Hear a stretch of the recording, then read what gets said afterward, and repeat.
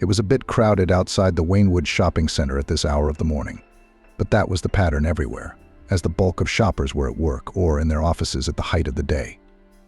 The nature of Wyatt's and Felix's work allowed for some liberties in work discipline because of the risks involved.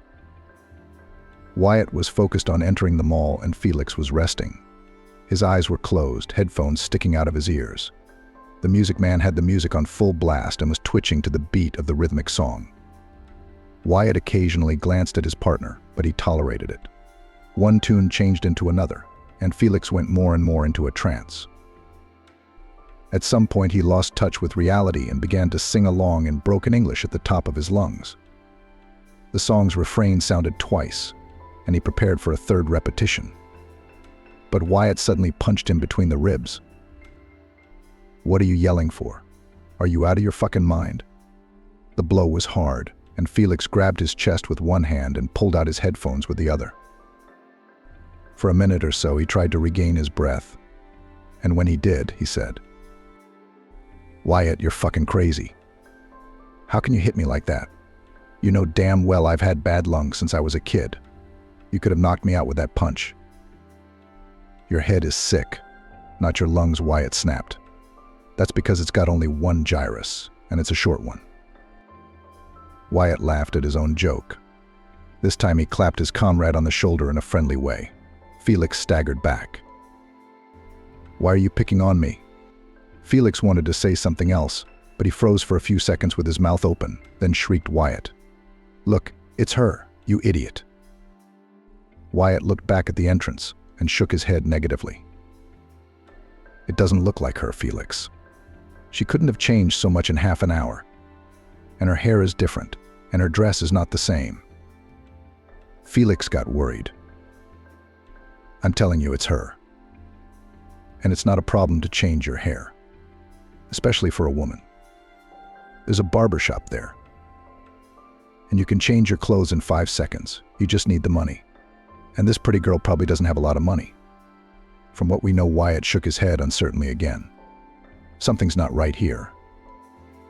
He opened the glove compartment and pulled out a photograph of a young woman in a light dress. Wyatt stared at the picture for a moment, then shifted his gaze to the girl, who was walking away from the mall with a bag in her hands. "Wyatt, what are you afraid of?" "It's her, I'm telling you. If we lose her now, we don't know when we'll get another chance. We'll be tracking her for another week. It will come to the point that the customer will refuse, we'll find others, and our money will float into someone else's pocket," worried Felix.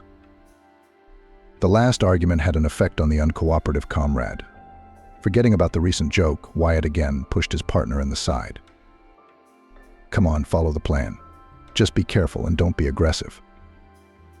Felix jumped out of the car and headed toward the girl who had just left the supermarket. Wyatt slowly followed his partner in the car. He saw Felix stop the girl and, actively gesturing with his hands, began to tell her something. The stranger looked around in confusion, and Felix took advantage of the moment to push her toward the car. A phrase came to Wyatt's ears. "Don't worry, girl, it's not far, just 200 meters away." Like an acrobat, Wyatt performed a mind-boggling somersault. He leaned over the driver's seat, opened the rear door, and said to Felix in a disgruntled tone, "Felix, aren't there enough pretty girls in our town? It seems to me anyone would agree to star in our company's commercials. But you have to give a natural blonde." Felix sat down next to the stranger. He spread his hands and said encouragingly, "Girl, do not pay attention to my driver. He is always dissatisfied with something." Being indignant out of place, Wyatt said, "Felix, your business is to spin the wheel. When you are in my place, then you will give advice. We need a girl like that to promote our products. She's naturally beautiful, which attracts most of the consumers of our product." He winked cheerfully at the stranger, and she smiled fearfully. "Say, what kind of product are you advertising?" "Something from cosmetics," Felix asked. "Ha ha ha, well, sort of," he laughed. The girl was completely confused. "You know, I've never been in a commercial or any kind of amateur act. I don't know if I can do it." "You can do it, doll. You can do it. And if something goes wrong, we will teach you," exclaimed the pseudo-director. Felix made a sound resembling a terrible laughter. Suddenly he squeezed the girl in his arms, and in his voice there was an unconcealed threat. "Don't drift, little bird. Everything will be okay if you behave yourself." The girl did not heed the kidnapper's advice and began to break free. "Let me go. I'll scream." "Wyatt, knock her out and tape her mouth shut," Felix advised his partner. He struck her head with his fist, and she quieted down. "Come on, Wyatt. Let's get back to the base before our charges wake up. I want to relieve the stress as soon as possible. Oh, by the way, you owe me moral damages." Wyatt was surprised. "What damage? Who kicked me twice in the back of the head? You're not getting rid of me that easily. You'll have to thank me well. And remember, if you don't, you're going to have to pay." Felix was glad he'd made his complaints to his partner at once. Wyatt hesitated to answer, but when he did, his partner shuddered. "Are you not offended that you are often nauseous, and your stomach is not accustomed to noble drinks?" Wyatt laughed again, but his peculiar laugh made Felix wince. "Why are you laughing? Better call the client. Tell him it's done. Have the rest of the money transferred." Wyatt didn't argue with his comrade. He pulled an outdated cell phone out of the glove compartment. The conversation with the client was short. "All right, we got the fish. Yes, we're taking it to the base. It's all clear, don't rub it in. You'd better hurry up and transfer the money, or we might get offended." Wyatt turned off his cell phone and threw it on the next seat with irritation. Felix asked in an unhappy tone, "What? Are you being dark again, comrade? You're starting to lay out the terms, aren't you?" I didn't like him right away. Very cloudy, and his eyes are running all over the place. "I'm afraid he's going to screw us over," Wyatt said. "Don't worry about it. I'll take care of it. Do everything, be quiet for a while, don't take me off the road." Felix didn't object. He shoved his headphones in his ears, and a minute later he was completely out of his world. Brian was in the parking lot of the mall waiting for his mistress, who was in need of a closet makeover today. Sharon was a fan of new clothes, which was true of all women. Brian's wife was also a fan of fashion and spent all her money on it without remorse. On this ground, in the family heated scandals, one of which once ended in divorce.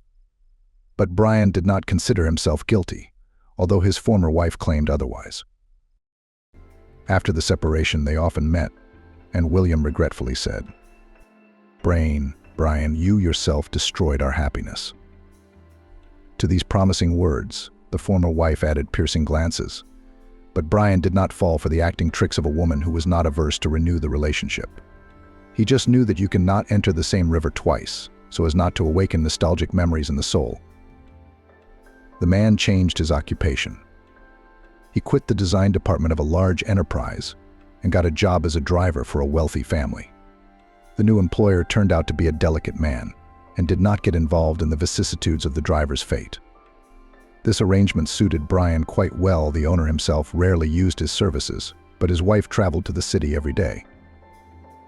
Despite her status, Sharon spoke to the driver as an equal, and they quickly developed a friendly relationship. But lately Brian had felt something more than friendship for this woman. Of course, the hostess noticed this change but did not reject the small signs of attention from the humble driver. And recently she confided, "Brian, you make me feel so comfortable. But what makes me especially happy is that you and I can talk about absolutely anything," Sharon said. Sharon said, and Brian asked, just to be on the safe side, "I don't think your spouse would like it if he found out." Sharon threw a short one. "My husband doesn't care. He's all about money and a spotless reputation." From the bitter note in her voice, Brian could tell that she was very lonely. He wanted to do something for this woman to make her feel happy. But he realized that this was impossible because they were separated by a social gulf. Brian was afraid of getting too attached to Sharon, and he had the thought of quitting his job. But he quickly changed his mind because he didn't want to lose the opportunity to see the woman he loved. And the other day, an incident occurred that made Brian seriously worried about the fate of his mistress. Sharon let him go and told him to go home without her. "Brian, I'm sleeping over at a friend's house tonight, Brian.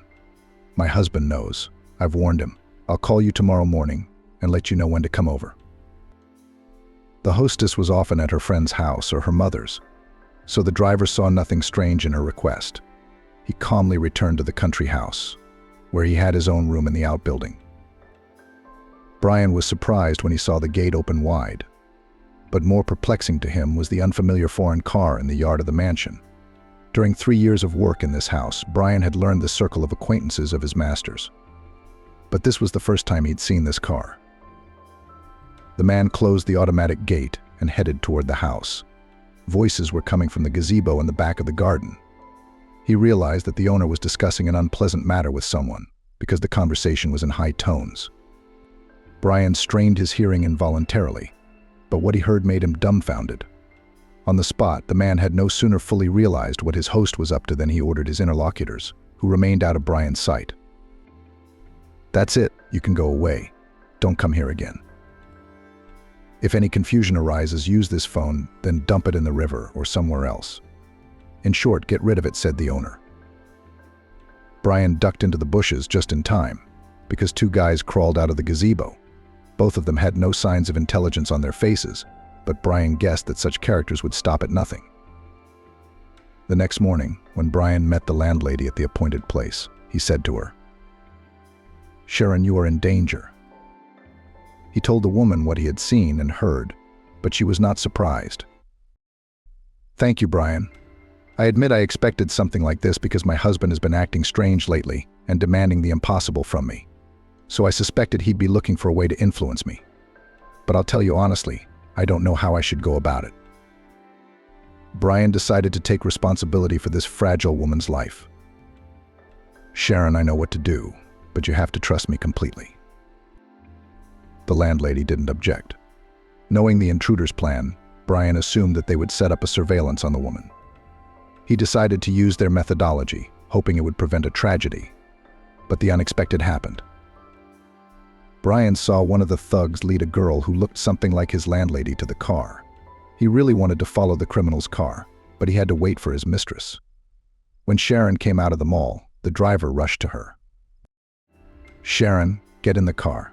Sharon, get in the car. We have to get out of town right away." The driver's excitement was transmitted to the woman. "Brian, what's wrong? I've never seen you so worried." The worried man explained briefly. "You remember our conversation yesterday, don't you? It happened right in front of my eyes. But those freaks kidnapped another woman by mistake. She looked a little like you," Sharon said in a deafening voice. "Let's go," and got in the car. She was silent for a long time, thinking about what she had heard from the faithful driver. Then, very quietly, Sharon asked, "Brain, could you take me somewhere where my husband won't find me? I know him very well. He will stop at nothing to accomplish what he wants to do. I can't go to my mom's house and I can't even warn her." Brian said confidently, "I know a place like this. You'll be perfectly safe there. You just need to get rid of your cell phone first, just in case." They had traveled a decent distance on the federal highway when they noticed a jumble of cars and people ahead. Brian noted excitedly, "It looks like an accident. We could be stuck here for a long time." The woman asked in a slumped voice, "And what should we do?" The man smiled. "Luckily, there are detours besides the new roads. We'll figure it out now and use the old highway." If Brian and his companion had not turned off the federal highway, they would have seen a familiar car smashed to pieces. Medics arriving on the scene were unable to save the 2 men injured in the crash. The paramedic concluded. They didn't stand a chance. Injuries incompatible with life. One of the dead men was smiling with headphones still in his ears. It was an ominous picture. The bodies of the dead were taken away, and law enforcement officials continued to work at the accident scene. One tentatively suggested, "Intuition tells me there was another person in the car." The investigator cast the young lad with the testing look of a trainee surveying a bit of the neighborhood. "It's possible there's another victim. Maybe he was thrown aside?" The young specialist rushed to run the errand. For 3 hours he crawled through the thicket until a senior officer called him. "Student, what's up?" The guy really wanted to distinguish himself, but he did not see anything that confirmed the version of his senior colleague. "It's all clear, a little grass crumpled. But most likely the animals are resting here." The investigator grinned. "The animals are on 2 legs. Probably the road workers were resting at lunchtime. That's it, trainee, jump in the car, and we'll leave it here, and you'll walk to the city." The emergency services left, and active traffic on the highway resumed. Word of mouth had already managed to inform the public that as a result of the accident, 2 people lost their lives. And by nightfall, the first bouquets of wildflowers appeared at the site of the tragedy. A sun bunny jumped into the open window, reflecting on the glass. Then it ran along the ceiling and froze on the wall almost next to Vivian's head. The girl gingerly touched the living spot with her finger. "Hello, thanks for waking me up."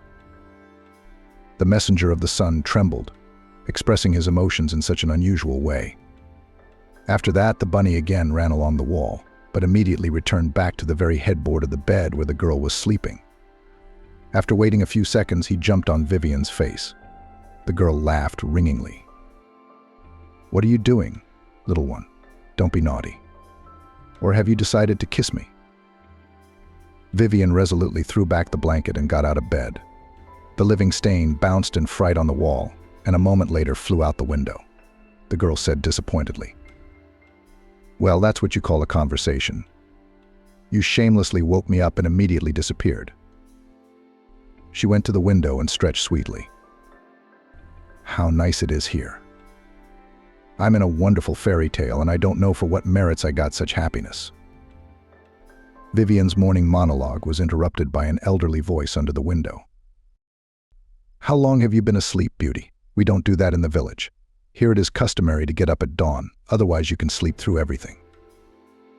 Vivian opened the window sash wide and looked down where Dustin was tidying up the lawn.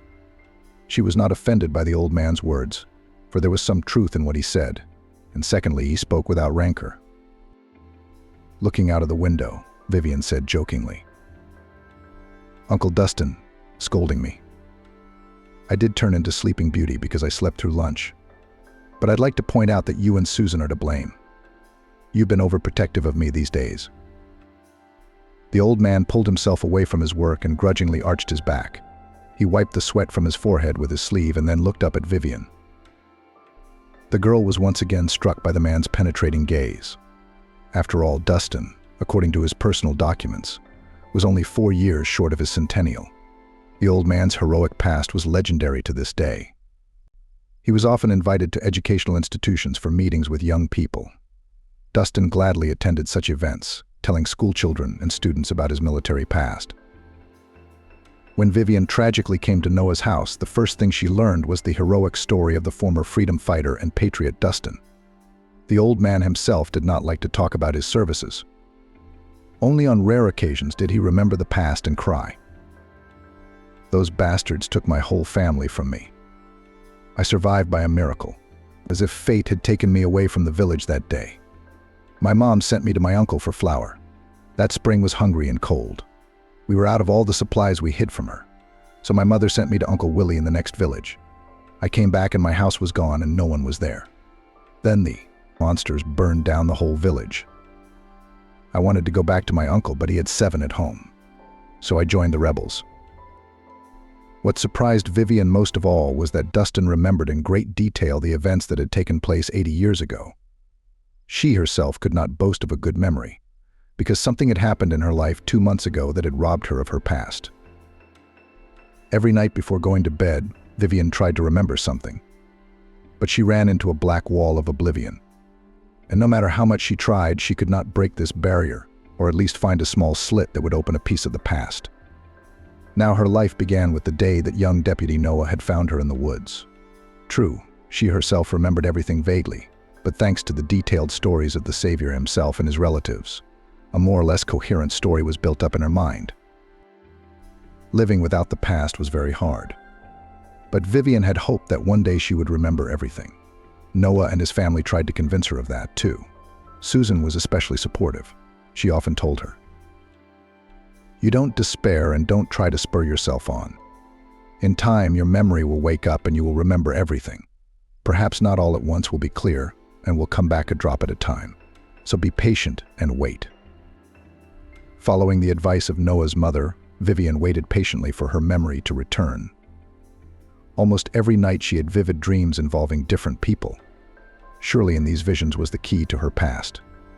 But when she woke up, she forgot everything. "What's on your mind, beautiful?" Dustin's cheerful voice brought Vivian back to the present day. She replied with a smile. "I'm not fully awake yet." The old man shouted. "It happens, especially when you're young, when you have everything ahead of you. I've already stopped dreaming.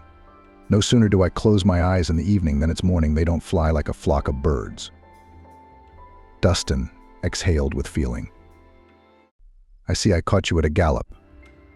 Ignoring the old man's grumbling, Vivian said, "Smart people say that life is good at any age, so I'm trying to be useful, digging in the ground a little at a time.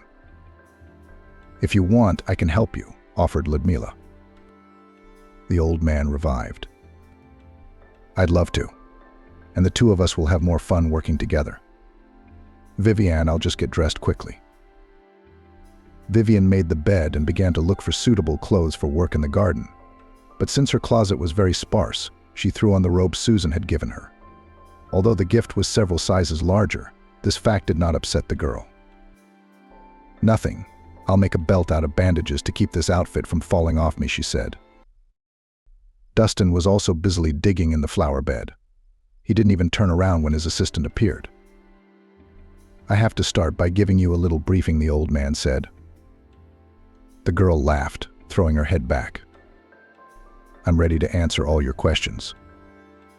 Dustin had a straight back. "Good. There are no special secrets in this kind of work. You have to pick the grass carefully and loosen the ground under each bush, but be careful not to damage the roots. Then the flower will begin to wither and may die. Here's a tool for you." Dustin held out a miniature tool that looked like a rake. Vivian began to work with enthusiasm, and the old man watched the process for a while. Then he realized that his ward was doing a good job and contentedly moved on to a nearby flower bed. For about half an hour they labored without respite, until they were invited to breakfast by Susan. "Laborers, it's time to eat. Just wash your hands." Vivian could not get used to some of the peculiarities of country life, but most of all she was confused by the location of the toilet and wash basin. Every morning the mistress filled the tanks with fresh water, which quickly ran out. The girl leisurely made her way to the wash basin. She knew that according to local customs one should give way to the elders. But Dustin was in no hurry. He was putting the finishing touches on his flower bed. Noticing that the girl was standing at a loss, the old man shouted, "Don't wait for me. I'll be a little late. I'll have time to satiate myself." The old man appeared on the veranda, which in the summertime served as a dining room. When Vivian and Susan had almost finished their breakfast, the hostess grinned. "Grandfather, they put a perpetual motion machine in you. At your age, you should be lying on the stove and reading the newspaper." The man laughed. "I would have been lying on the stove and spitting at the ceiling if you hadn't torn it down." The old man turned to Vivian. "There used to be a real Russian stove in the house. I made it myself when the house was built. The stove didn't bother anyone, except my granddaughter. She wanted to make everything urban, and the stove took up a lot of space. So they tore it down and didn't tell me. I came home from fishing, and the house was in shambles. The wall was broken, and the stove was gone. I almost had a heart attack on the spot." Susan gave Dustin a kindly shout. "Stop your crying. It's been so many years, and you can't get over it. But it's a lot of room. God willing, soon we'll have water and gas to the house, and it'll be no worse than a city apartment." Vivian had an involuntary gasp. "Really? An apartment?" She laughed. "Yes, I suppose so. I'm not sure. But something tells me I've been living in an apartment. And just a few days ago I had the feeling that I used to live in another city, and then I came here." Susan looked affectionately at the girl. I told you your memory would wake up. You're already starting to remember a little bit. Dustin decided to put in his weighty word. I can't say anything about the apartment, but I can say that Vivian has some experience in the field of floriculture. It is not without reason that they say that hands remember everything. The girl was a great hand at the flower garden. And what did I notice? She talked to the flowers. That doesn't just happen out of the blue. So she dealt with them before. Vivian was amazed at the old man's conclusions. She forgot about the unfinished tea, because in her mind began to resurface pictures reminiscent of newsreel footage. She saw a little girl bent over the beds. The girl was crying, and a thin woman with a pained face was scolding her. This vision of a few seconds' duration gave her an unpleasant shiver, but as soon as the girl took a deep breath, everything instantly disappeared. Susan noticed what was happening to her guest, but said nothing. Only in the evening, when her son came home, she said thoughtfully, "Noah, listen to me and try to understand. I have nothing against this poor girl, but we know nothing about her past. And I don't like it." The young man exclaimed with irritation, "Mommy, you're starting again. I told you to be patient for a while." Susan also raised her voice. "I am patient, but neither I nor you know what lies behind that innocent exterior. Have you thought that your Vivian might be in trouble with the law?" Noah waved his hands. "Mom, why do you always go to extremes? You see horrors everywhere, and in every person you try to see a criminal." Susan objected. "Not everyone. I even like this girl, but I'd still like to know about her past. I recently talked to our Pamela, and she told me a lot of interesting things about the human brain." Noah couldn't contain his laughter. "But please don't burden me with any unproven theories." The woman objected hotly. "Why unproven? Pamela has been working in medicine for over 20 years. She saved so many lives. Everyone trusts her. And so do I. She wouldn't say anything that wasn't true." Noah didn't want to upset his mother, so he gave in. "Okay, spit it out. What did the paramedic tell you?" Susan did not hurry with the story. She first filled a deep plate to the brim and put it in front of her son. "Eat up, you're hungry for the day." The young man grinned. "Susan, do you know how to approach a person? You would make a great psychologist." The woman was flattered by her son's compliment. She sat down on the chair opposite and with an important look began to tell the story. "A couple of days ago I met Pamela at the store. She asked me how our lost dog was doing. That's what she dubbed Vivian." Noah looked at his mother reproachfully. "Mom, I told you not to spread the word." Susan shouted without interrupting him. "I'm not in the business of spreading gossip, but in our case it wouldn't hurt to consult a specialist. Pamela was treating the girl. When you brought her in, you could say she got her back on her feet." Noah knew it was useless to argue with his mother. "Yes, Mom, she did cure Vivian. But you wanted to tell me something about the peculiarities of human memory?" Susan slapped her forehead with the palm of her hand. "You got me talking, Noah. I was on the wrong wavelength. Pamela told me that the human brain is so organized that it can replay bad memories. It's especially common in children. But it happens to adults, too, if they've had horrible things happen in their lives." Noah pushed his plate away. "But Vivian's past the age of childhood. And the reasons for her amnesia are on the surface. She suffered a serious head injury. Perhaps she was hit or fell, but I think she was a victim of kidnapping. When I found her, there were visible rope or wire marks on her wrists, indicating that her hands had been tied." Susan was surprised. "You didn't tell me anything about that." The young man put his arm around his mother's shoulders. "Mom, have you forgotten where your son works? And about your concerns? I mean, there's nothing illegal about Vivian. I ran her through the database, and she's clean." Noah went to the window.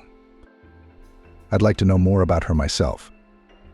My gut tells me that Vivian got into some kind of trouble by accident. If only she had some identification on her. The only thing she has is a certificate, or rather a referral from the personnel group, issued the day before the fatal event. Noah, would you go into town and find that company? Mom, you're too late for advice. I went to that company, I showed them that paper. But the girl I was lucky enough to talk to said she couldn't remember everyone, because so many people pass through their office every day that by evening her eyes are blurry.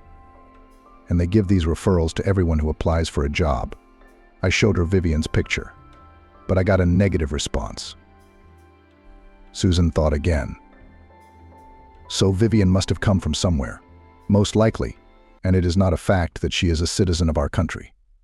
It's good that at least her last name is known. Suddenly Susan exclaimed. Hey Noah, I just had a thought. Why didn't I think of it before? You ask your colleagues in the city, they keep lost documents. Maybe our Vivian's passport was accidentally lost there. Noah liked his mother's idea. The next day he called his friend, with whom he had once served together in the city, and asked him for help. That same day, towards evening, the friend made a return call. Noah, you've given me a problem. You have no idea how many times today I was sent in different directions. So what do you owe me? Noah realized that his friend had found out some useful information. He promised cheerfully. I'll pay you back any way I can. And then he heard a satisfied voice. I'll take you at your word. But the most suitable will be a leader equivalent and a personal meeting. Anyway, a passport with these data was found at the scene of a traffic accident that happened more than 2 months ago. There were 2 fatalities, by the way. The accident happened near your neighborhood. You must have heard about it. The case is kind of closed because there's no crime. And the evidence? Was there a lady's purse found in there too? We're keeping it at the police station. Yeah, if you really need it, I can help you. Buddy, I really need that passport. This purse was stolen from a good friend of mine. I got it. Have your friend file a report. It's a formality, but you can't do it without it. When Noah handed Vivian her lost document, the girl could not cope with excitement. She stared at the passport for a long time, hesitating to open it. The young man encouraged his ward. Vivian, don't be afraid, it's your passport. A purse was also found. Maybe you will recognize your things and remember something. The girl hesitantly opened the document and read aloud. Vivian. She shifted a surprised look to Noah. I come from Cleveland. But how did you know the answer to that question? Did you want to get a job here? And this certificate confirms that fact. Noah held out the only document the girl had on her when he found her in the woods near the federal highway. Vivian, you'll remember everything. All indications are that you were in some kind of trouble. You were driving somewhere with 2 guys. There was an accident. The girl asked in a detached way. Where are the men I was traveling with? The man didn't answer right away. They're both dead. You were saved by some miracle. Most likely, when the car went into the ditch, you were thrown out of the cabin. Vivian turned pale and her hands shook. I don't remember anything. I want to remember, but I'm falling into a void. How can I live with it? The girl was in tears. Noah tried to calm her down. Try to start from scratch. I will be by your side, so do not be afraid of anything. Vivian trustingly clung to the shoulder of her savior. She really wanted to believe in the possibility of a fresh start. Noah, I'll try. I want so much to be like everyone else. I want to work, to be useful.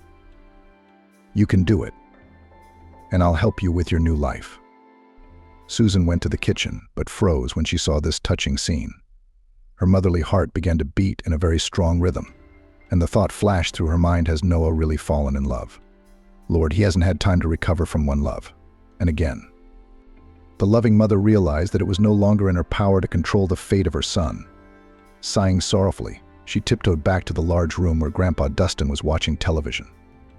The old man was glad to see his granddaughter and slammed his hand on the couch. Sit down, Susan. There's a good war movie on. Susan sat down next to the elderly relative. She looked at the screen, but saw her son, embracing the girl who so unexpectedly broke into their quiet life. Since kindergarten, Noah had dreamed of serving in the police force. After all, his father fought crime for many years, and he really wanted to be like his dad. But one day his father didn't come home from the service, even though Noah was looking forward to it. Then men in uniform came to them and said that Daddy was gone, that he was dead. Pamela cried a lot. And a black ribbon appeared on Daddy, on the framed portrait of him smiling. That was the day Noah learned what death was like. On the day of his father's funeral, Noah didn't shed a tear, because he remembered his dad saying a man should be like a rock. And no tears, Dad continued to be an example to Noah even after his death. Susan did not hinder her son's desire to continue his father's work, even though she was very worried about him. After school, Noah did not go to the institute, as his classmates. When asked by the curious, he cheerfully replied, "First I will serve in the army. Then I will enter the police academy." His peers chuckled quietly behind his back, considering Noah detached from life, because many of his peers were trying to get a warmer place. But Noah paid no attention to the ridicule. He had a dream, and he was ready for any hardship for its realization. Thanks to his father's old connections, after the army he got a job in the district police department, and a year later he entered a specialized university by correspondence. Before the young law enforcement officer opened the most tempting prospects. But his career went downhill when he met Miranda. This girl from the family of a status official had too high demands. And Noah, no matter how hard he tried, could not satisfy all the whims of his beloved. But he did not lose hope, and almost all the money he earned spent on gifts for Miranda. But one day a terrible thing happened. Noah saw his girlfriend in the arms of another man. Without a second thought, he got into a fight in the street. Noah thought he was defending the honor of his girlfriend, but Miranda called him a jerk and said that she was not going to connect her life with such a lowlife like him. Just the next day, the whole district department learned about the outrageous act of the senior lieutenant. Noah was summoned to the office of the chief, who was not shy in expressions. "Noy, do you think that you are allowed everything? Do you even know on whom you raised your dirty hands?" It turned out that the major he beat up was the son of the deputy mayor. Obviously, after such an egregious incident, the offending officer got the punishment he deserved. Noah was sent to the most remote area of the state, where a vacancy for a precinct officer had opened up. He steadfastly endured this blow of fate, but realized that now in the near future nothing shines on the horizon. It was a difficult time in the life of their small family. Susan was very worried about her son, and repeatedly suggested to him, "Noy, I can ask Uncle Henry to help you get back to work in town." The late father's old friend, Henry, had never refused to help them, but this time the son forbade them to ask him. "Mom, I did it myself. I'm responsible. I mean, it's not that big a deal. I was not exiled to the North Pole. People live in the village too, and it's my job to keep order there." Susan never revisited the matter again, and she did not ask her son about that fatal girl who in fact ruined his career. But one day Noah spoke up at dinner. He began the conversation with a question that still has no answer. "Mom, tell me, why are women so conniving?" Susan wondered. "Noah, why are you asking me such an unusual question?" Noah smirked sourly. "Because women understand the psychology of their own more clearly." Unable to find the right word, the mother looked reproachfully at her son. "If you wanted to use a rude word, it is very ugly. But I will not be able to answer your question, because the actions of any person, regardless of gender, depend on many reasons. As for you personally, I'll tell you straight, you're not in your own garden. Girls like your Miranda live only for their own interests, and it's foolish to hope that she'll change one day. Later, when things cool down, you'll thank Providence for breaking up with Miranda." Noah's face grew serious. "I guess you're right, Mom. I knew Miranda wasn't for me. But my heart was in the right place. No matter, son, time will pass, and you will meet a girl who will be ready to share all the joys and sorrows with you." Noah took her mother's words as her attempt to reassure him. But now, after several years, they seemed prophetic to him. And Vivian's appearance was no accident. He believed that fate itself had sent him this girl. The young man's heart blossomed a timid flower, and a new love was born, but he was in no hurry to open up. Vivian understood what was happening to her savior, but also did not want to rush things. The girl had already fully settled into Noah's house, or rather the house of grandfather Dustin. He was the one who had offered his granddaughter and great-grandson shelter when they were forced to leave the city. The old man sometimes grumbled, calling his relatives settlers, but he was glad he didn't have to spend his life alone. The unusual behavior of the young men did not escape Dustin's discerning eye. One afternoon on his favorite couch, the old man called out to his granddaughter, "Vivian, come here. I want to tell you something." Susan was tidying up the house, but she put the broom aside because she could not disobey her grandfather. She came closer to him. "What was your thought?" Dustin looked at his granddaughter, and she noticed the mischievous twinkle in his eyes. It was a sure sign that the old man was about to say something shocking. And indeed, after a short preparation, the elderly relative confidently said, "I think, Mother, it is time for you to prepare." What to prepare for? Grandpa's fantasizing again. Susan's voice had a touch of irritation in it. What's fantasizing when it's all out in the open? Don't you realize how madly in love they are with each other? Who are they? The woman asked unhappily. The old man repeated sneeringly. They are. Don't pretend you don't know who I'm talking about. Only a blind man wouldn't notice the eyes Noah is looking at Vivian with. You're not blind. Your eyesight's fine, the old man chuckled again. So much for the police officer, who everyone in the village says is unapproachable. Noah is strict in public. And in front of Vivian, I didn't invent it. I have a good eye. Grandfather, you're at it again, Susan scolded in a low voice. Where did you put your experience? To spy on your great-grandson? The woman went back to her homework, but she couldn't get the conversation with her elderly relative out of her head. When her son came home from work, Susan asked him right away, "Noah, is there anything you want to say to your mother?" He looked at his parent and smiled stupidly. "Mom, hi. I love you very much. Can I go in the house?" Susan was confused. She felt embarrassed in front of her son for such a meeting. She became anxious and fussed, trying to correct her mistake. "Come straight to the veranda. I'll feed you." The young man looked around. "Where is Vivian? Isn't she back yet?" "She left this morning and hasn't come back yet. What do you want?" "The man's got a job. It'll take him days to get used to it." With Susan's encouragement, Vivian got a job with social services. To begin with, she was allocated 4 wards, which she had to help daily with household chores. Despite the remoteness of the old people whom the girl served, she was quite satisfied with her work. Just the other day, the girl confided to Susan, "At least now I'll have something to do. I'm already so tired of idleness." Noah's mother objected. "Don't be so hard on yourself. You always help me. And grandfather, he's very fond of you. He says he couldn't do his farm without you." Vivian came back when it was getting dark outside. Noah ran out of the house to meet the girl. For 5 minutes, the young people whispered about something on the porch. Only after a short negotiation did they enter the house. From their happy faces, Susan guessed what they wanted to tell. Tears glistened in the mother's eyes when the son, stammering, said, "Mom, Grandpa, Vivian and I have decided to get married. Tomorrow we will go to the city to apply." The old man decided to exercise the right of seniority and speak out on the matter. "Come on, hurry up, I might get drunk at your wedding. Who knows, maybe it will be the last celebration in my earthly life. Even good people don't get drunk there. It's a perpetual prohibition." "Grandpa, I knew you'd ruin it." Susan shouted at the old man. "You've got a tongue like a broomstick. People are getting married, and he's talking about drinking. You ought to be ashamed to talk about such things at your age."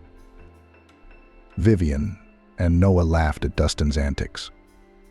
Susan looked at them fondly and laughed too. Before going to town, Noah was a little wary, and at the same time hopeful that Vivian would remember something from her past. The girl was very nervous, so she chatted non-stop the whole way. The main topic of conversation was her wards, whom she affectionately called old people. Noah listened attentively and occasionally made brief comments. When they had just entered the city, Vivian suddenly confessed, "I've been here before. I've been here before." She was immediately embarrassed and corrected herself. "I think I've been here." Noah said nothing, and Vivian fell silent. She perked up again when they passed the city mall. "Oh, that store sells such beautiful things, but everything is very expensive. And there are escalators instead of stairs. I almost fell down when I wanted to get up, and one disgruntled aunt called me a redneck." A happy smile lit up the girl's face, and Noah involuntarily admired his chosen one. "How beautiful she is after all," flashed through his mind, and aloud he said, "Vivian, did you buy anything at the city?" The smile faded instantly, and the girl said with despair, "I don't know. I don't remember." "I remember the escalator and the aunt, but not the rest," Vivian said sadly. Noah encouraged his companion. "The fact that you already remembered something is a small victory. Don't strain yourself, your memory will gradually thaw." To cheer up the girl's mood, Noah decided to tell her a fresh anecdote on the subject. One man goes to the doctor and complains of poor memory, and the doctor advises him lend money more often. That's the best way to train your memory. Vivian laughed for a long time, comparing herself to the hapless patient. Noah was glad that he managed to divert the girl's attention. But another disappointment awaited the couple in love. The registry office was closed for lunch. Vivian began to look for a bad sign, but Noah grinned. "Vivian, you're wrong. It's a very good sign that you and I need to eat, too. You see that cafe across the street over there?" The girl followed her lover's gaze and nodded. "Aha, I see. True, I'm not very hungry yet, but I won't refuse a cup of coffee." In a small, cozy room reigned a pleasant semi-darkness, and a romantic mood was added by soft lyrical music. The young people had barely had time to take a seat at a free table when a waiter ran up to them. Noah ordered 2 coffees and 1 portion of dessert, please. Vivian was surprised.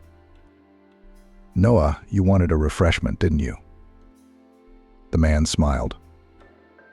"Let's go home after the registry office and celebrate the occasion." The waiter quickly brought the order, but the future newlyweds only had time to take a sip of the invigorating drink. An unfamiliar man jumped up to the table, whose look did not bode well. He roughly grabbed Vivian by the arm and shouted across the room, "Where are you going to hide from me? Did you run off with that geezer and think I wouldn't find you?" The stranger was clearly in an inadequate state. Everything happened so fast that Noah didn't have time to realize it in time. He came to his senses only when the man began to pull Vivian from the table. "Come home. I'll show you how to deceive your husband," the stranger shouted. Noah knew from his own experience that in such situations words are useless. Much more convincing would be decisive action. With an elusive movement, he struck the stranger's pain point, and the stranger, releasing Vivian's hand, bent in half. Vivian was shaking with fear and crying. The cafe staff jumped to Noah's aid. "What happened? Why did that man attack you?" they asked. Noah just shrugged his shoulders. "It's the first time I've seen this man, and I don't understand why he was harassing my fiancée."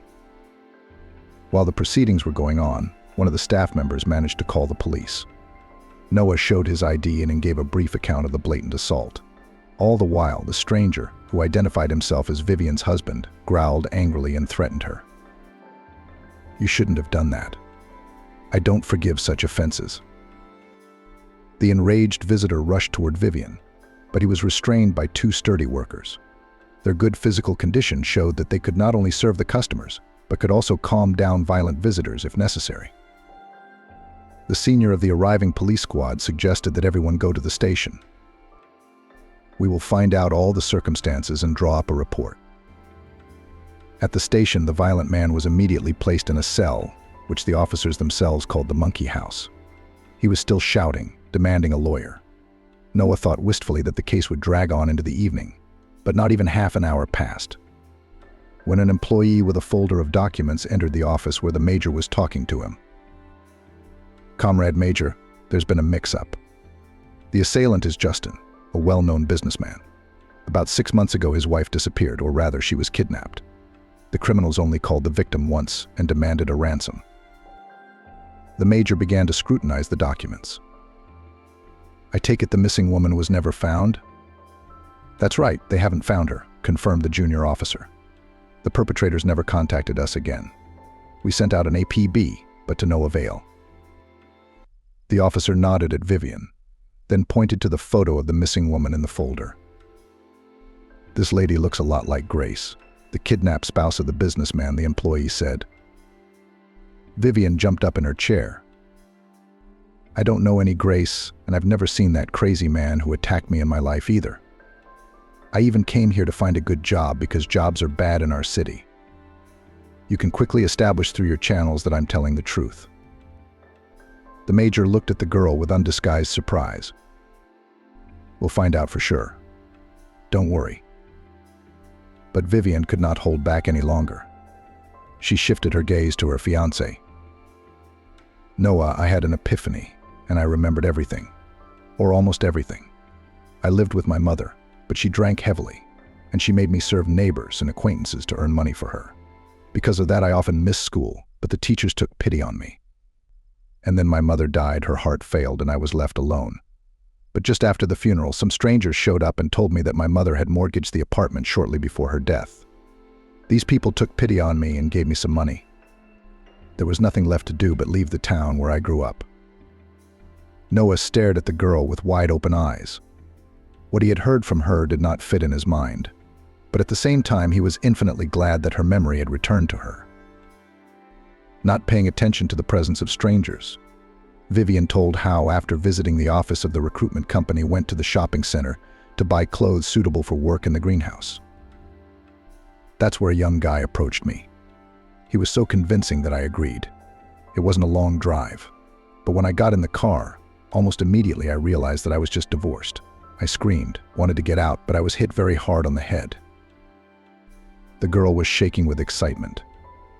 Noah hugged her gently. "Don't worry, everything will be all right." "Now we will go home," said the major. Noah asked. "I haven't let you go yet. Are you going to write a statement?" he asked his companion. "Vivian, will you be writing a report on the citizen who mistook you for his wife?" The girl shook her head intensely. "No, though it was unpleasant for me. The man has such grief. He is understandable, for he has lost his wife. Apparently she and I are alike. That explains his strange behavior." They left the office and headed for the exit. When Vivian appeared, the businessman jumped up and shouted, "Grace, come back. I'll forgive you everything." Vivian stopped. "You've made a mistake. I'm not your wife. My name is Vivian." A realized expression appeared in the businessman's eyes. He calmly interrogated, "Vivian, where is my Grace?" There was so much genuine surprise in his question that Noah, experienced in such matters, took notice. He whispered to his companion, "I have the impression that this sufferer is surprised at the very fact of his wife's disappearance. There's something wrong here. But it's none of our business. Let's get out of here." After such a tumultuous event, they both wanted to catch their breath, but Noah said, "Vivian, we'll still have time to go to the registry office." The girl tried to object. "Noah, maybe some other time? After what happened today, I want to get home as soon as possible." "I understand, but I think we should go through with it. We have to file a report today. I don't want this kind of situation to happen again." They wrote their applications and chose a convenient day to get married. But this momentous occasion paled in comparison to what happened to them in the cafe. Even the return of Vivian's memory overrode that incident. All the way Noah was absorbed in his thoughts. It was only as they approached their destination that he shared with his fiancée. "Vivian, that businessman won't get out of my head. There's something wrong with him. I can feel it in my gut." The girl asked in an indifferent tone. "What are you going to do?" "I want to find out the truth." "Noah, why do you need someone else's problems?" The man smiled. "I don't know myself yet, but my professional intuition tells me that this Justin is up to something. And I don't like coincidences. They're never coincidences." The girl guessed what the groom was hinting at. "You didn't like the fact that I look like that rich man's wife." "You guessed it. Of course, there are people who look a lot alike. They say everyone has a double somewhere on the other side of the planet. It's possible that your doppelganger is walking around somewhere." Vivian was shocked by this version. She kept silent all the way home because she was afraid of hearing something else overwhelming. Grace crouched on the edge of the bed where her mother lay and asked affectionately, "Mommy, please don't refuse to eat. You need to eat well. And then you will get well." The sick woman turned away. Grace knew that this movement meant refusing to eat, but she kept urging. "Mommy, you're acting like a little, very stubborn girl. Tell me honestly, do you want to get better?" Penelope covered her eyes, and Grace saw a small tear roll down her mother's cheek. The daughter said more sternly, "Mom, your behavior is only making your condition worse. And the doctor said that you need to eat nutritious food. He also said that if you follow all his recommendations, you will regain your speech and ability to move." Grace spoke very convincingly, and the patient opened her mouth. The girl rejoiced. "Well, that's a different story." She patiently fed her mother. Her mind was full of unhappy thoughts. When Brian had taken her to his father's house, which was in a small town, Grace had only thought of one thing: "I wish Justin hadn't found me here." She was afraid to be alone and wouldn't let Brian go. Even though he had repeatedly wanted to return to town to find out how Justin had reacted to the failure of her kidnapping. Several times Brian had called an acquaintance who worked for the rich man's company, but the man hadn't told him anything definitive. Justin is walking around angry, lashing out at everyone like he's off the chain. One of the girls in the accounting department asked him where Grace was. He got so mad he called her a bunch of names and threatened to fire everyone. "So I can't tell you anything positive." Brian relayed the conversation to Grace, but she wasn't surprised. "Let him suffer. He can't do anything without my signature. I guess my husband didn't consider that when he was planning his plan. And I did not even know what he had in mind when he insistently asked me to give the company to him in full management. I almost gave in to his pleas. Thanks to my mom for bringing me back down to earth." Grace often thought of her mother. But for the first few days after her forced escape, she didn't dare visit her. Only after a week she arrived late in the evening in the town, where there was a cottage parents. After the death of her husband, Penelope settled there, convincing her daughter that here she feels much better than in the city. Her mother had health problems before, and the daughter was not accidentally worried about her. Even on the way to the cottage, the young woman felt a strange anxiety. She told Brian about it. "Brian, I've got a bad feeling about this. I should have visited my mom sooner." The driver sighed heavily. "I offered you my help, but you didn't want to let me go." "That's right. I didn't want to let you go because I was afraid. It's a well-known fact that fear is great." When they arrived at the familiar house, Grace realized that she had been worried about her mother for a reason. The windows in the house were not lit, and the door was locked. The girl knocked at the neighbors, and Aunt Lida, seeing her, cried, "Grace, at last you're here. There was such a thing." The neighbor told how about a week ago Justin came to the town and began to demand money from Penelope. He threatened the poor woman and said that if she didn't give him the money, she would never see her daughter again. Grace listened to her neighbor and whispered, "What a scoundrel. He organized my kidnapping himself. And he had the nerve to demand money from my mother." The neighbor didn't understand. "Grace, what are you talking about?" The young woman replied evasively, "Well, nothing. Just thinking out loud. Aunt Lida, where is Mom?" The neighbor darted her eyes again in surprise. "Didn't I tell you that she's in the hospital? As soon as your husband left, Penelope had a seizure. She came to me and asked me to call an ambulance. They took her to the county hospital. I visit her every day. But honestly, she's not doing well. Grace didn't listen to her neighbors' lamentations and rushed to the hospital. They wouldn't let her see her mother and even threatened to call the police. "Young lady, where are you going in the middle of the night? We have a strict regime. Come back tomorrow morning." The doctor on duty heard the screams of the nurse and decided to deal with it. Fortunately, he turned out to be a kind man. After listening to Grace's rambling story, the doctor said, "Okay, I'll let you see your mom if you answer just one question. Where were you before? Why did you only remember now that you have a mother?" Although the doctor asked 2 questions, not one as promised. Grace answered him. "I only learned of my mother's illness today, and I could not visit her before because of circumstances."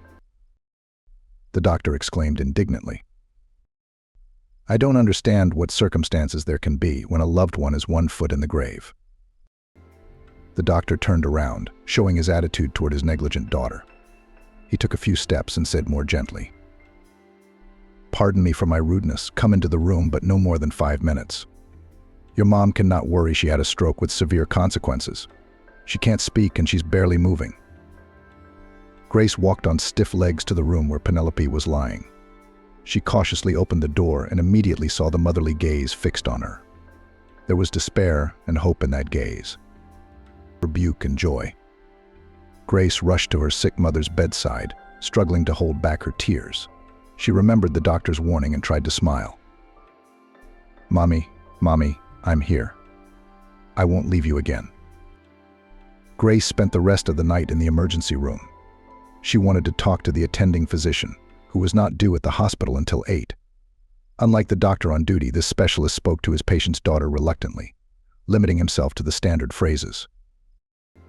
"We are doing everything possible, but we cannot guarantee a favorable outcome. And, we do not have the same conditions as in a regional hospital or a specialized clinic." Grace listened to the doctor, realizing that she did not trust him. She blurted out, "I would like to transfer my mom to another medical facility." The attending physician asked just as coldly, "And what are you not satisfied with our hospital?"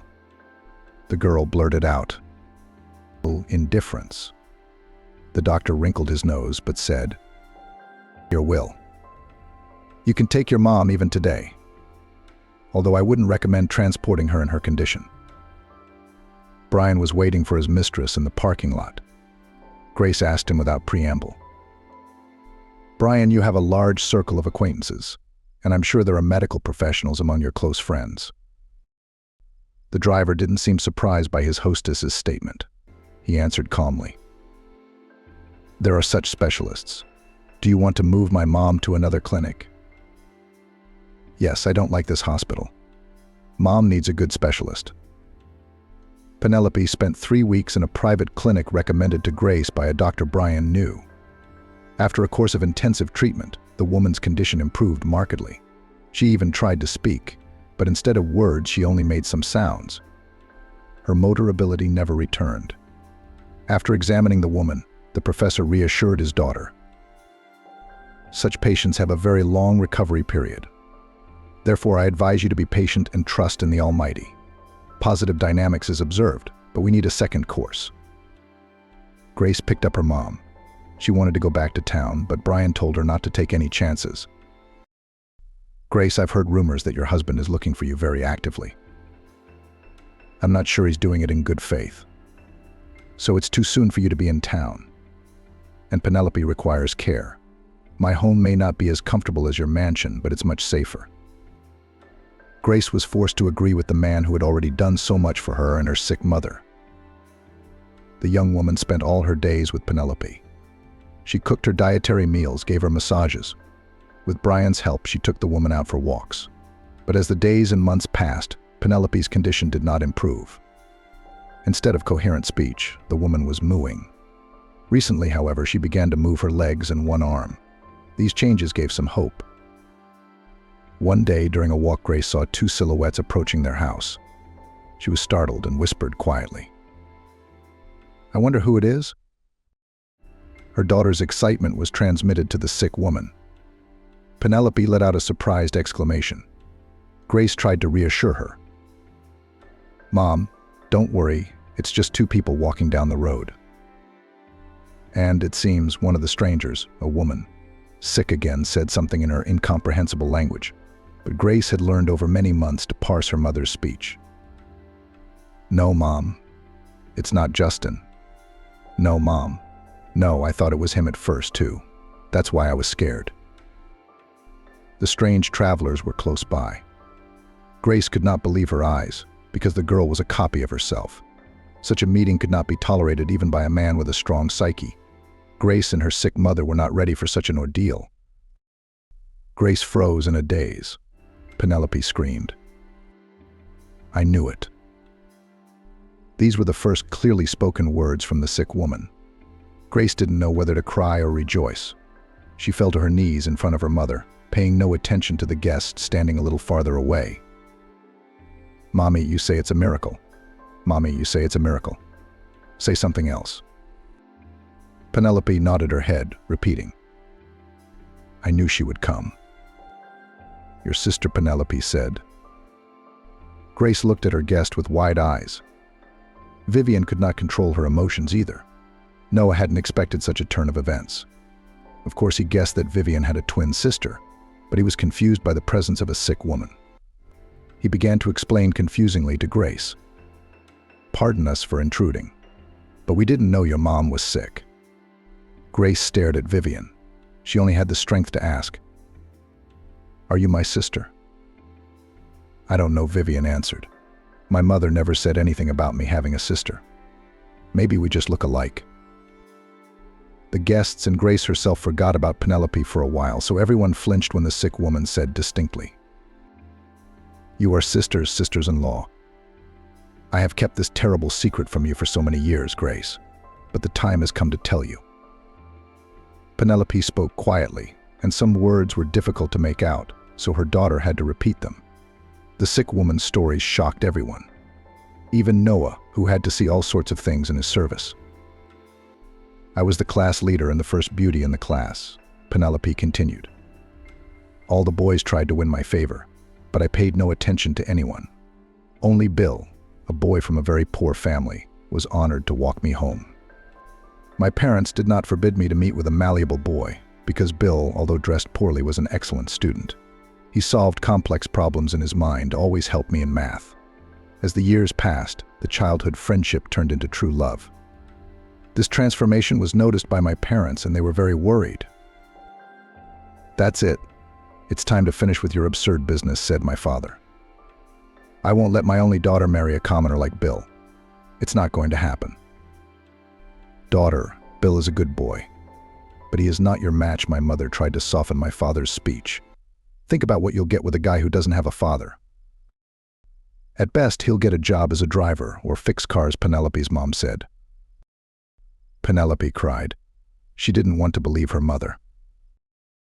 "Bill is an excellent student. He will get into a good university, and everyone will still be jealous of him," she objected. Father said in the same elevated tone, "To get into a good institute, you need money, and your Bill doesn't have a penny to his name." And that was the end of the conversation. But contrary to the predictions of Penelope's father, Bill went to a prestigious university. Already in the first year, the guy showed himself, becoming the winner of the competition. He was assigned a special scholarship, with which he managed to help his mother. In a word, Bill himself paved his own way to a bright future. Penelope, years of study, was by his side. When parents found out that their daughter did not obey them, they arranged their heiress such a razzle-dazzle that after him the girl went to the hospital. The mother was frightened, and the father suspected his daughter of simulation. "Don't you dare feel sorry for her. Let her stay in the hospital and think carefully," he ordered his wife. But the mother still secretly came to check on her daughter in the hospital.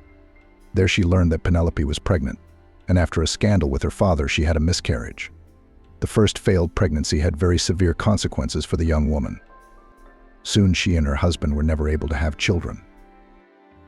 Penelope went to doctors, went to the best resorts, but everything was useless.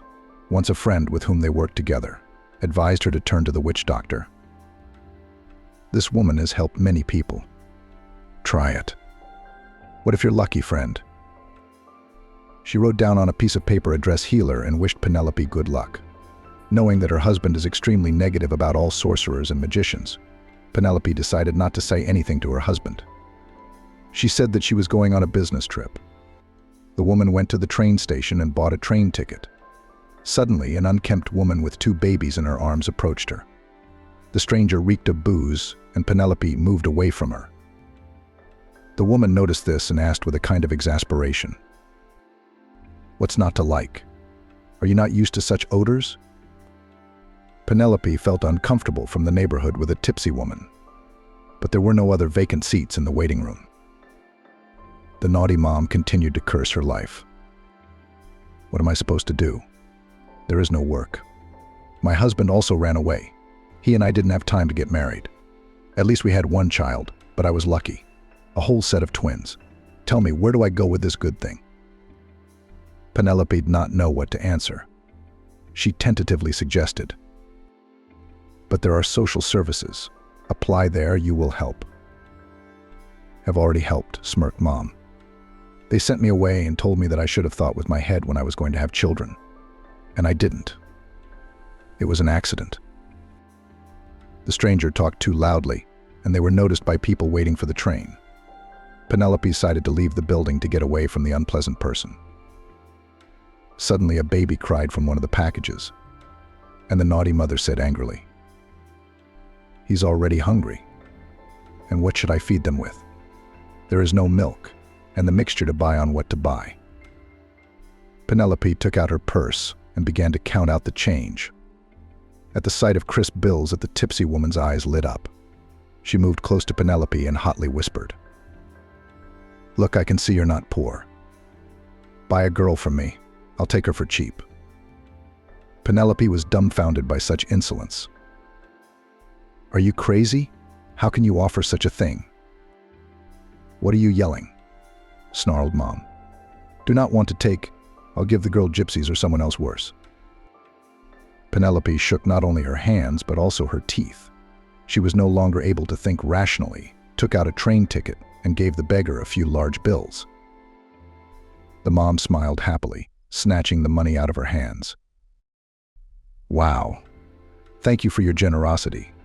It's enough for me to rent a place to stay for a few months."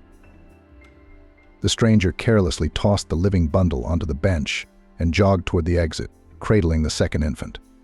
Penelope remembers well what she thought at that moment: she would sell the second child to the gypsies. That's for sure. Something stirred in the blanket, and the woman gently took the baby. When she rang the apartment doorbell, she didn't know how she would explain the baby's appearance to her husband. Bill was surprised to see his wife. "Didn't you leave? How is your business trip?" The woman said firmly. "The business trip is canceled." "What do you mean, canceled?" The man didn't understand. "You missed the train?"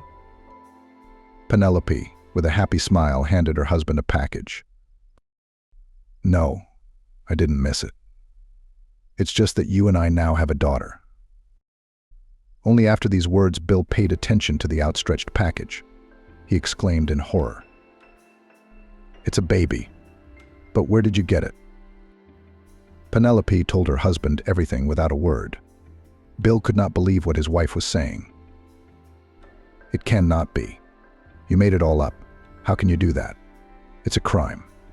We've got to get this little girl to an orphanage right now." "I'm not giving her away. I'm not giving her away," screamed the woman. "Don't you realize that God himself sent us a baby? This girl is a gift from heaven for all our suffering."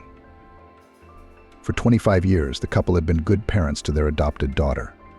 Only Bill left early. He did not live to see the day when the sisters, separated by their mother's fault, met a quarter of a century later. Everyone was impressed by the sick woman's story. Grace knelt down in front of her mother and kissed her hands. "Mommy, thank you for everything. You are the best thing in the world, and I don't want to see the one who sold me out." Vivian quietly mumbled, "You won't see her. She died a year ago. But I didn't even cry when she was buried. You, sister, were luckier than I was. You were loved, but my mother hated me and spoiled me with every morsel. And she sent me to work as a laborer and took all the money I earned. And she took all the money I earned. That's why I'm not the least bit sorry that she died. Penelope lured Vivian to her room. "Come here, baby." The girl approached the sick woman. Grace said something inaudible. Out of habit, Vivian translated her mother's speech. "Mommy said to let you stay with her. She thinks of you as her daughter, too, and is very much scolding herself for not taking you too then." "I'm not used to having a sister," Vivian said uncertainly. "My mother never told me anything. Now I understand why I was kidnapped by those two, who are no longer alive, and why your husband attacked me in the cafe, like a madman." Grace was surprised. "Did you see Justin?" Vivian briefly recounted the recent incident at the cafe. Grace, listening to her, said confidently, "This marriage has got to end. I'm filing for divorce tomorrow. I can imagine how surprised my husband will be when he sees me." Noah approached the girls. "Pardon me for intruding, but I heard you mention Mr. Roger in your conversation." "Yes, we did," confirmed Grace. "I should point out that your husband is facing not only a divorce, but a very real sentence for organizing a kidnapping. Unless, of course, you're willing to forgive him." Grace looked at Noah, and he saw so much pain in her eyes that he couldn't bear the look. "I could still forgive him, but what he did to Mom is unforgivable," the young woman said very quietly. Despite his advanced age, Dustin ran like a young man. In passing, he gave instructions to Grace's granddaughter. "Girls, arranging these chairs so that all the guests will fit on the list, have you seen?" Susan said with a grin. "Have you seen it, Grandpa? Because we made that list ourselves. You'd better sit on the sidelines because your running around makes me dizzy." The old man frowned guiltily. "Susan, I'm trying to help you." Susan waved the old man away and turned to Grace. "When is your wedding?" The girl was confused. "What wedding?" "Susan, I just had time to free myself from the bonds." Susan hugged the girl. "You'll think long enough, someone will take your Brian away. He's a good man, and he looks at you in a way that makes you realize he loves you." "He does," Grace said quietly, almost inaudibly. "And I love him very much, too." When Maggie went to the bank to collect her inheritance, she expected nothing. And when the orphan opened the safe deposit box. On another cold January morning, Maggie lay in bed and stared at the ceiling. For 6 months now, every day had begun the same way. She lay there and thought with horror that a dull, meaningless day lay ahead of her. Maggie was not yet 30 years old. She wasn't bad looking, but finding a husband and building a family had never worked out for her. Her rare liaisons with men didn't last more than 6 months. She didn't understand why she had no luck on the personal front. Either men were not suitable, or her character was not quite good. But Maggie wasn't too worried about that. She didn't want to start any serious relationships. For several years, she had been immersed in caring for her elderly grandmother, the kindest woman who had raised Maggie since she was 3 years old, ever since her parents had been killed in an accident. She and Grandma had bailed each other out back then. The grandmother had kept the girl out of the orphanage by taking over her upbringing, and Maggie gave her grandmother new meanings in life, the meaning of which was to raise her beloved granddaughter. Most likely, this is what helped the woman cope with the loss of her only son and daughter-in-law. 3 years ago, the grandmother fell ill. She could move around the apartment by herself, but still she needed constant care. And of course, her granddaughter began to take care of her, driving her to doctors, shopping, doing all the housework. At the time, Maggie was 26 years old. She had just found a good job with a decent salary and was preparing to go for a promotion. Maggie even considered moving out of her grandmother's apartment into her own first rented, and then planned to take out a mortgage. But the illness of the old woman crossed all these plans. Without thinking, Maggie forgot about career heights, stayed in her old position, and all her free time devoted to her grandmother. They were unpretentious in life, so Maggie's salary and grandmother's payments were enough to pay for doctors and medicines. Maggie had little memory of her parents. They were often on the road before their deaths, so they left their young daughter to her grandmother. Because of this, Maggie had only a few memories of her parents, and she thought some of them were just dreams. and she and her grandmother hit it off from the start. The older woman had managed to replace Maggie's father and mother. In all the years they had lived together, they had never had a single major conflict. Even when Maggie was going through a transitional age, it was probably because her grandmother worked as a schoolteacher and had a good understanding of how to get along with children. For Maggie, her grandmother was a self-evident part of her life, and she didn't think about her death. Not even when the woman had had an unfortunate accident 3 years ago. Maggie pushed away thoughts of her grandmother soon to be gone. She just gave all the help she could, tried to organize good treatment, and hoped for the best. Grandma didn't get any worse before she died. She wasn't taken to the hospital. She spent the day as usual. She read, watched TV, called her neighbor, and inquired about her granddaughter's life. Toward nightfall, she said goodnight to Maggie and she went to her room. The next day, Grandma didn't wake up. The days of the funeral had merged into one terrible dream for Maggie. She didn't even remember how she had organized everything. How did the funeral and the wake go? She wanted to get over it and forget it all. But after all the funeral procedures came an even worse state for Maggie's silence. It was not only psychologically but physically hard for her to return after work to an apartment where no one was waiting for her. An apartment where the TV didn't work, where there was no aroma of something delicious, where there was no warmth and coziness. She hated waking up in the morning for exactly the same reason. No one else wished her a good morning and good luck before work. She didn't understand why she had to get up every morning and come home every evening. 6 months of despondency, only occasionally replaced by happy evenings spent with her friend in cafes or at each other's houses. This morning didn't bode well for the day to be any different from the previous ones. Maggie reluctantly got up, drank her coffee and sandwich, and got ready for work, despite her good paycheck. Maggie dressed, to put it mildly, without glamour, wore the same things for several years, and her winter down jacket, from which every now and then the fluff was trying to pop out, had recently celebrated its 5-year anniversary. So from the outside, she gave the impression of a poor girl. A typical gray mouse. Almost running, she reached the streetcar stop and went to work. And at 8:55, the office was already noisy. The bosses were strict about tardiness. Maggie walked into her office, which her friend Samantha and 2 other female co-workers shared with her. "What are you like? You're not alive, are you?" Maggie's friend asked thoughtfully as she sat down in her seat. "I don't know, I can't do the same thing every day." "It's boring." Maggie showed a thick stack of papers on her desk. "What's all this for?" "You didn't say that when you walked into this office," Samantha reminded Maggie of her first days on the job 4 years ago. Indeed, Maggie was an exemplary worker with bright eyes and a well-functioning brain.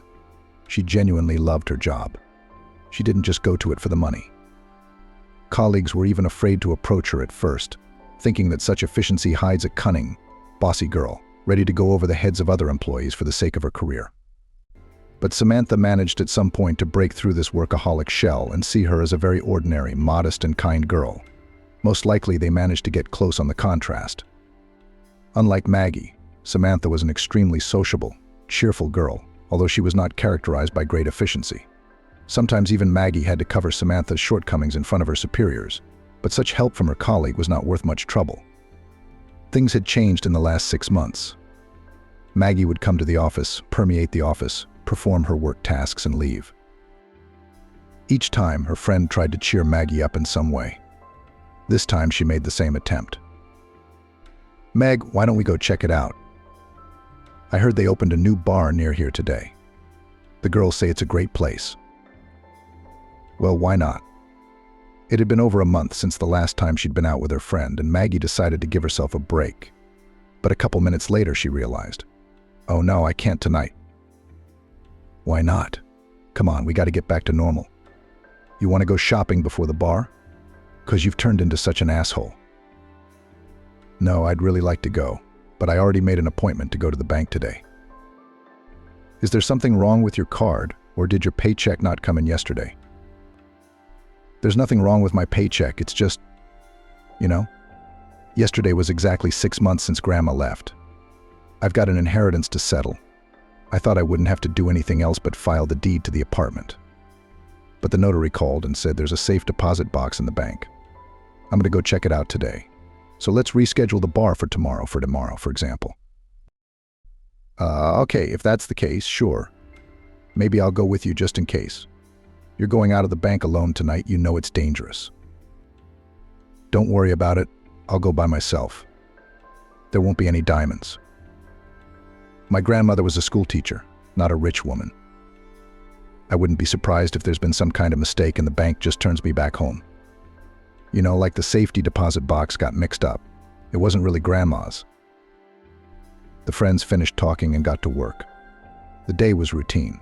The boss came in only once, politely asked her friend to correct mistakes in the report and left.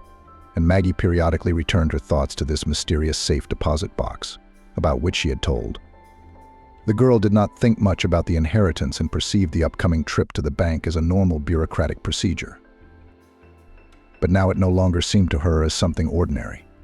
If it was not a mistake, what could lie there? Perhaps some family jewelry. But then why in such a strange place? A safety deposit box. Jewelry is usually kept at home to be admired or worn if desired. That's what they're for. This was a safe deposit box. Maggie couldn't even remember the last time her grandmother had been to the bank, probably before she got sick. Anyway, the closer it got to the end of the day, the more interested Maggie became. Finally, the clock showed 6 p.m., and all the employees, as if on cue, began to pack up to leave. Maggie was not usually one of them. She could stay in her office alone until 7, 8, and sometimes even 21. Since the interest in work was lost, she gave up this habit and began to return with everyone else. Perhaps in the crowd of co-workers walking to their bus stops, Maggie felt less lonely. This time, too, she jumped up with everyone else, but not out of any desire to overcome loneliness. She had to take the streetcar to the bank, but in the other direction. Maggie said goodbye to Samantha and a few other co-workers and ran to the stop. The streetcar came almost immediately. Maggie got on and didn't even have to take an empty seat, sitting near the door. There were only 2 stops to go, but for Maggie the time dragged so slowly that it seemed to her as if the streetcar was going across town. She kept glancing at her watch, worried about not getting there before the bank closed. It closed at 7 p.m., which was why Maggie was so worried. When she got to the right stop, Maggie jumped off the streetcar and ran to the bank. Fortunately, it was still half an hour before closing time. The girl took a little breath and entered the premises, taking a number in the electronic queue. Maggie didn't have to wait long. There wasn't particularly anyone else in the bank at this time. Maggie walked over to the right window and sat down near it. The banker, a full-bodied man in his 40s, was obviously going home early and was already putting things in his briefcase. "Hello," Maggie said at first and took out her papers. "Hello," the banker said, giving Maggie a wry look. "I need access to a safety deposit box." The man leaned slightly out of the window and looked at Maggie again, more carefully. "Why do you need a safety deposit box?" "I want to see what it looks like," Maggie replied irritably, glancing at the banker's name tag, which read in gold letters, "Stephen Swan, Senior Officer." "Stephen, don't you know what people need a safety deposit box for?" "Don't be rude, girl," replied the banker sternly. "Give me the number of the box. Give me your passport."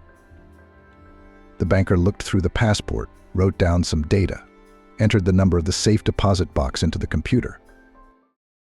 "This box is not in your name," the man said in the same stern tone. "That's right, it's not in my name.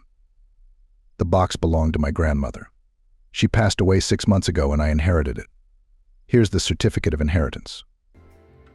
Maggie handed the paper to the banker. "It says there was a safe deposit box in the property." The banker fidgeted with the certificate, looked at the passport again, and went somewhere else. 2 minutes later, he came back and said unhappily, "All right, follow me." Maggie went with him into another room. The banker opened a heavy metal door, behind which there were hundreds of cells of different sizes. The man looked around and went to one of the boxes. He slipped a small key into the keyhole and opened the lock. Sighing heavily, he reluctantly looked into the cell and stunned. After standing for a couple of seconds, in a quiet voice he was able to utter, "Approach, please. The cell is open." Maggie walked leisurely to the box, as if she wanted a little suspense, and there was plenty of suspense to go around. In the box was a bar of gold. "Can I take it?" Maggie asked in a whisper. "Of course it's your property now," the banker replied kindly. He frowned unhappily and then disappeared. Maggie took the ingot in her hands.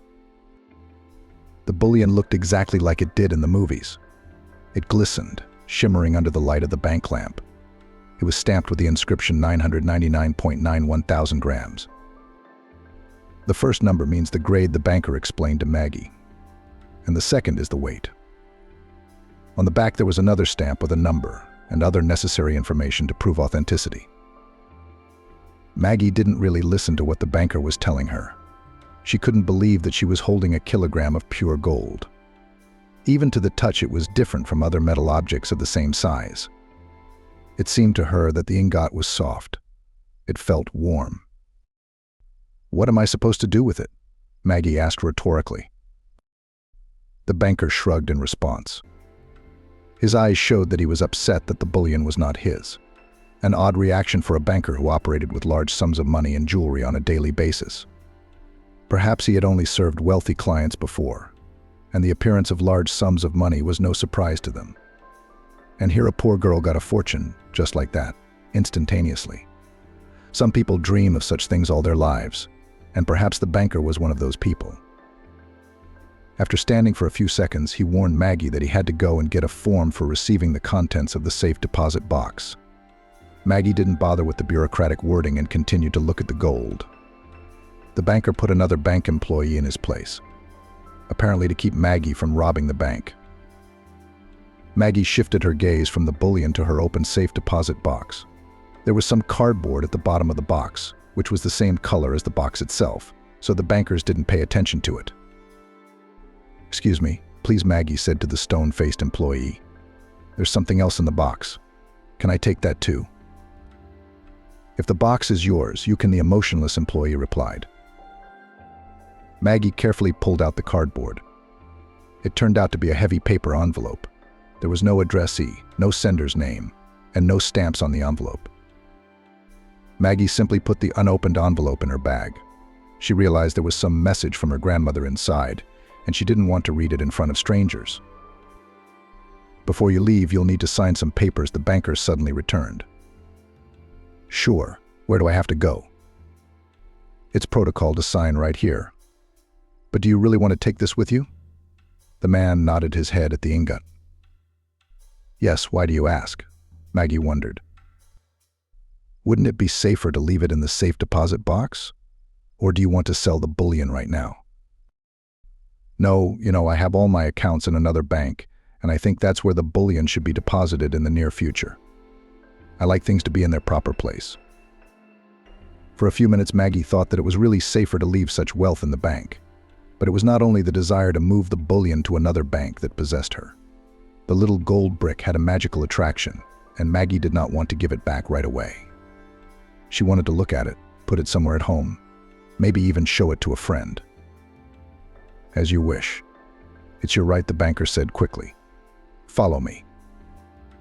Having completed all the bureaucratic procedures with the registration of the bullion, Maggie went home.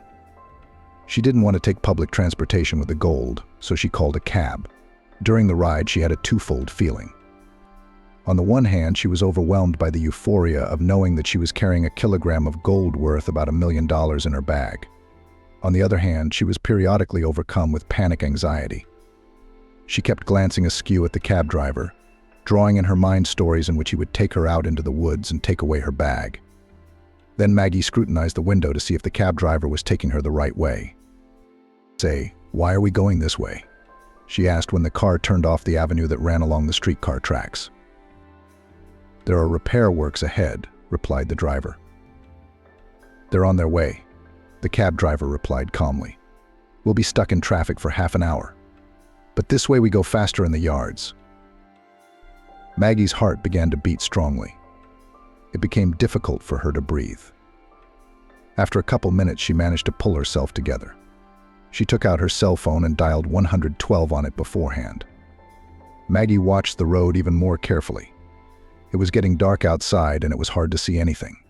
Then she moved to the middle of the back seat of the car and looked out the driver's window. By the light of the headlights, she recognized a small street that ran along the main avenue. It was a little over 1 kilometer to the house. Maggie calmed down a little and moved to the passenger door again. "Don't worry, we'll be there in a few minutes," the cab driver said carefully, watching Maggie's tossing about in the back seat. "Yes, all right," Maggie answered him calmly, her voice trembling slightly. Less than a minute later, the car turned again. "Are you off the right road?" the navigator said loudly. And Maggie realized she couldn't stay in the car any longer. "Stop here, please," she shouted. "What do you mean here?" "We're just a little bit away," the cab driver replied calmly. "I know, but I need to get out here urgently." "Okay, whatever you say," the cabbie sighed heavily and stopped the car. Maggie quickly shoved the fare money into the cab driver's hands and got out of the car. Almost at a run, she headed toward her house. It wasn't much farther, but the second strange turn seemed too suspicious to Maggie. She ran down the very street that ran along the avenue, and soon she saw that there was a road service on it. And right in the middle of it was a fenced-in hole dug. The workers were changing a pipe that ran across both the avenue and this street, and so there was nothing suspicious in the cab driver's sudden turns. He was, however, looking for the easiest way to get to the right house. Maggie breathed a sigh of relief and walked toward her house with a quiet step. She even felt a little ashamed of her overcautiousness. How could the cab driver have known that she had something expensive in her bag? Yes, sudden riches rarely lead to good things. It wasn't long before Maggie saw her 5-story building on the horizon. Just as she turned into the yard, someone tugged her purse sharply, but Maggie held it firmly in her hands. She turned around and saw a man with a scarf hat wrapped around his face. He was pulling the bag toward him. But Maggie had no intention of letting her go. She started screaming loudly. At that moment, 2 men approached them, and the man in the scarf, apparently frightened, let go of the purse and started to run. No one caught up with him. The men approached Maggie. "Are you all right?" one of them asked fearfully. "Yes, I'm fine. Thank you," Maggie said, out of breath. "I'm calling the police," the other man said, pulling out his cell phone. "Thank you." Maggie turned to both of them. "I don't think he would have gotten away if it wasn't for you." "Why are you walking alone at this hour?" "I'm used to it. I've been walking alone all my life." And about this time, Maggie answered. She talked to her casual acquaintances for a while longer, and the police arrived at the scene. The officers quickly took statements from Maggie and witnesses, took pictures of the purse, and went to the next call. Maggie thanked the men again and went home. She didn't like that the police officers left so quickly. It even seemed to Maggie that they weren't even going to look for anyone. They just machine-filled all the paperwork and drove away.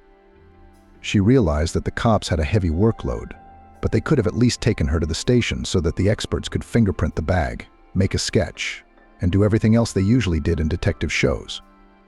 Almost immediately, however, Maggie remembered that the man was wearing gloves, and fingerprinting her bag probably didn't make sense. She went up to the second floor, entered the apartment, and felt fear again, a real animal fear for her life. What if the perpetrator decided to come back? After all, if he attacked Maggie right outside her house, that meant he knew her home address. Maggie pulled out her cell phone and selected one of Samantha's contacts. "Come see me soon, please," she said.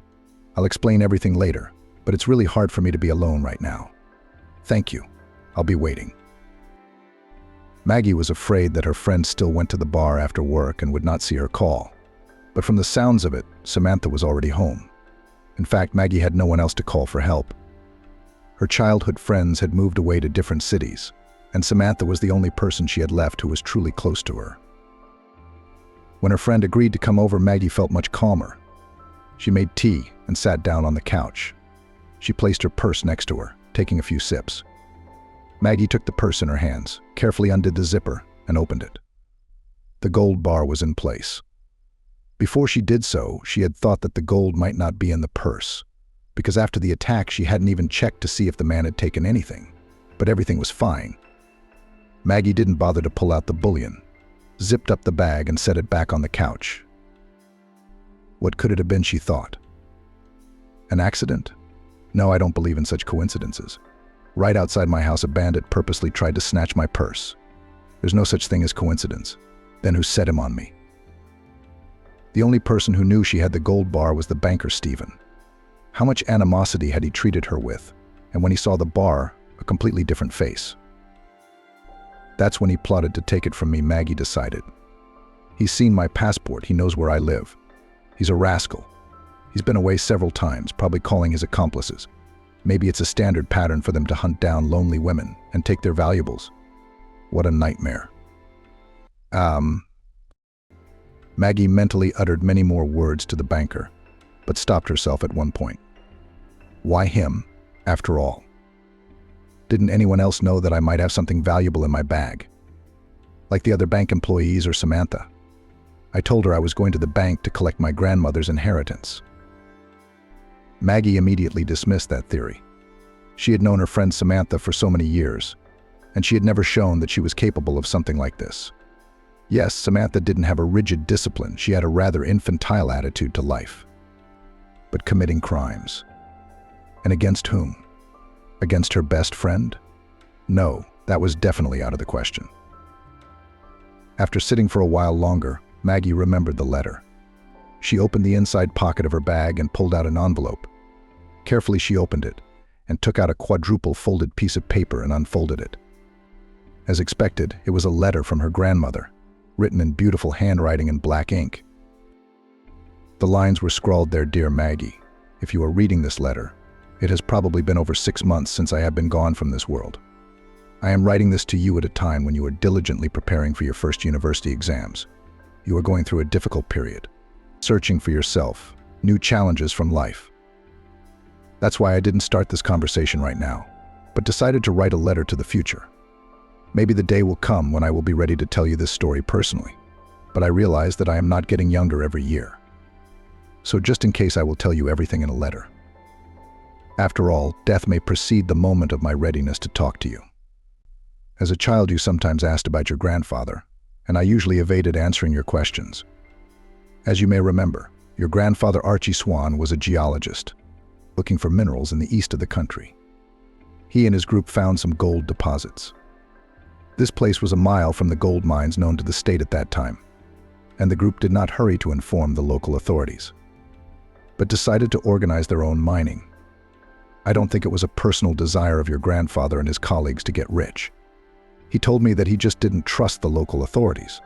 Most likely they would have organized underground mines and sent the geologists back to town quickly, not wanting to let that happen. The group has started to develop the mine on their own. I don't know if it was really like Grandpa told me. In any case, I don't judge him. And you don't judge, remember. I've been telling you, since you were a kid, that you can't judge anyone in this life. Anyway, the place turned out to be rich. They mined up to 100 grams of gold a day. And so it went on for almost 2 weeks. One day they were spotted by workers from the official mines. One of them was called Damien Stephen. They had known Grandpa for several years. They were even family friends at first. Damien used to come to our house. But after that, it was like a cat got between them. I guess your grandfather didn't like the fact that Damien was going to frame the mine superintendent to take his place. They've been enemies ever since. Of course, when Damien saw that your grandfather was doing illegal mining, he immediately wrote a denunciation on the whole group. It was the 1960s, the so-called thaw. People were coming out of prison, and for us, the exact opposite happened. Your grandfather was sent to a camp for 5 years for embezzling state property. Or whatever they called it. We were lucky 10 years before that. The same crime had been punished much more harshly. Your dad was 2 years old then, and until he was 5, I brought him up on my own. Grandpa was released a couple of years early for good behavior. I didn't know at that time that when the group was arrested, they didn't hand over all the gold they had gotten to the police. But somehow Damien found out about it. As soon as he learned that my grandfather was free, he began to torment our family and the families of other members of the geological group. For some reason, he demanded that the gold be returned to him and kept threatening to turn Grandpa in to the authorities. Then one day, Grandpa and his comrades got fed up with Damien's behavior. I don't know what they did to him, but after that they put Damien in jail for 5 years. 2 years later came the news that he died in prison. From then on, we lived like a normal Soviet family. Grandpa tried not to remember about the years spent in the camp, and I didn't remind him either. 30 years passed, the Soviet Union collapsed. And the time came when everything became possible. We were excited about your birth and forgot about what happened 30 years ago. But soon Grandpa became ill. He was still on his feet, but he realized he didn't have long to live. One day, when he and I were alone in the apartment, your grandfather pulled back the closet, cut a piece of linoleum from under the floorboards with a knife, and pulled out several paper bags. He opened them up and laid out many, many little pieces of gold on the table. They were dirty, unformed lumps, as if they had just been pulled from a mountain stream. I realized that back then, in the 60s, he never gave all the gold he had mined to the state. That same day, we took the jewelry to the smelting plant. We were not even asked where we got such wealth from. In the end, we managed to melt the gold into a kilogram bar. There was even a little bit left over. This remaining part helped us a lot in the difficult 90s. So we never had any problems, for example, with getting you ready for school. 6 months later, Grandpa died. I kept that bullion in the closet under layers of old bedding. I even forgot about it for a while. But now I realize that it's a bad idea to keep jewelry in my underwear, and I need to take it to the bank. I don't know if I'd dare tell you the whole story in my lifetime. Probably not. Forgive me, please, for not being quite frank with you. But there are some things you shouldn't be too quick to tell. Now you know one of the simplest secrets of our family destiny. I hope you'll respond to it with understanding. Be careful with the gold. But sudden wealth always attracts flocks of kites. Take care of yourself. Love you and kisses. Always your grandmother with tears in her eyes. Of course, she didn't think to take offense at either her grandfather or grandmother. Maggie walked over to the closet that had been against the wall all her life. With difficulty, but she managed to push it back a little. She squatted down and examined the linoleum. Right next to the baseboard, Maggie saw these very incisions of her grandfather's. She wanted to see what the hiding place under the floorboard looked like, but at that moment the intercom rang. Maggie picked up the phone and heard Samantha's familiar voice. Walking up to the apartment, her friend immediately began to question Alexandra. "Well, what happened to you? I've never driven so fast before. You scared me, friend." "Come follow me," Maggie answered her quietly and walked into the room. She sat her friend on the couch, silently took her bag, opened it and pulled out a bar. "Look what it is." Samantha goggled and didn't take her eyes off the gold. A 1-kilogram bar, pure gold. "May I?" Samantha held out her hands for the bar. Maggie handed it to her. "Wow. Did your grandmother bequeath this to you?" "Yes," Maggie replied and briefly recounted the contents of her grandmother's letter. "You're a good girl, my friend. That's lucky for you. How much is it now in money?" "I don't know. I haven't looked at it yet." Such wealth. She didn't even look. Samantha was surprised and took out her phone. "Okay, let's see. $4,700,000, Maggie." "Yeah, by the standards of our small town, that's a lot of money. That's 2 apartments in your pocket." Maggie was surprised at the value of her inheritance. She thought the bullion would be worth less than $100,000, and here it was worth so much. So no wonder someone was after her. "Have you figured out where you're going to spend the money?" Samantha asked curiously. "No, not yet," Maggie replied. "I didn't call you just because of the bullion." "So what happened?" "When I was coming home with the bullion, someone tried to rob me." "How'd you get away?" "No. A passerby spooked the guy. Then the police came." "I'm really scared." "I see.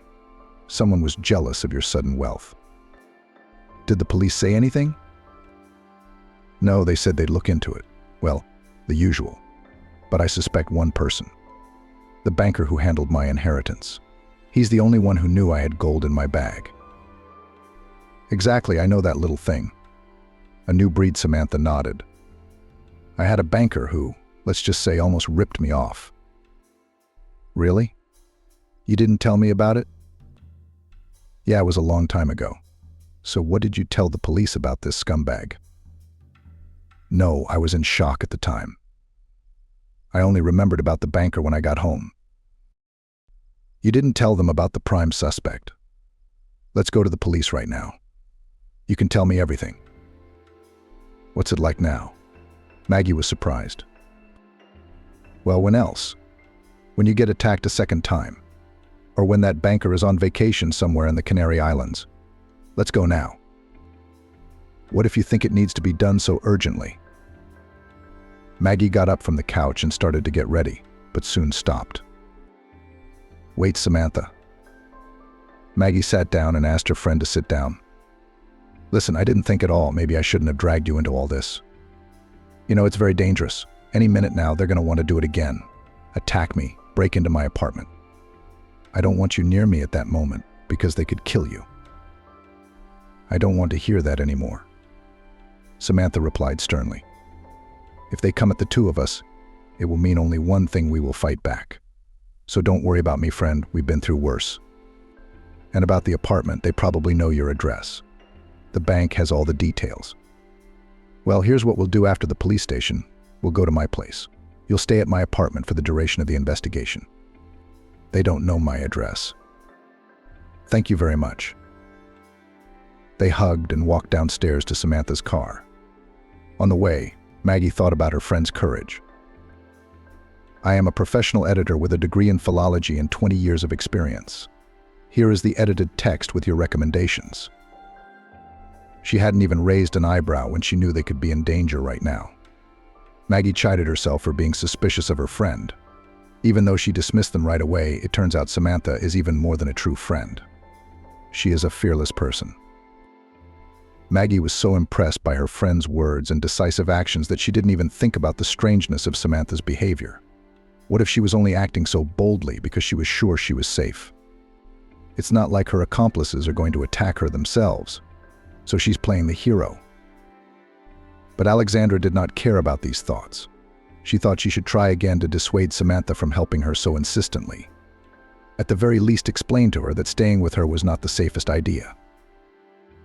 Samantha, are you sure I won't be in the way?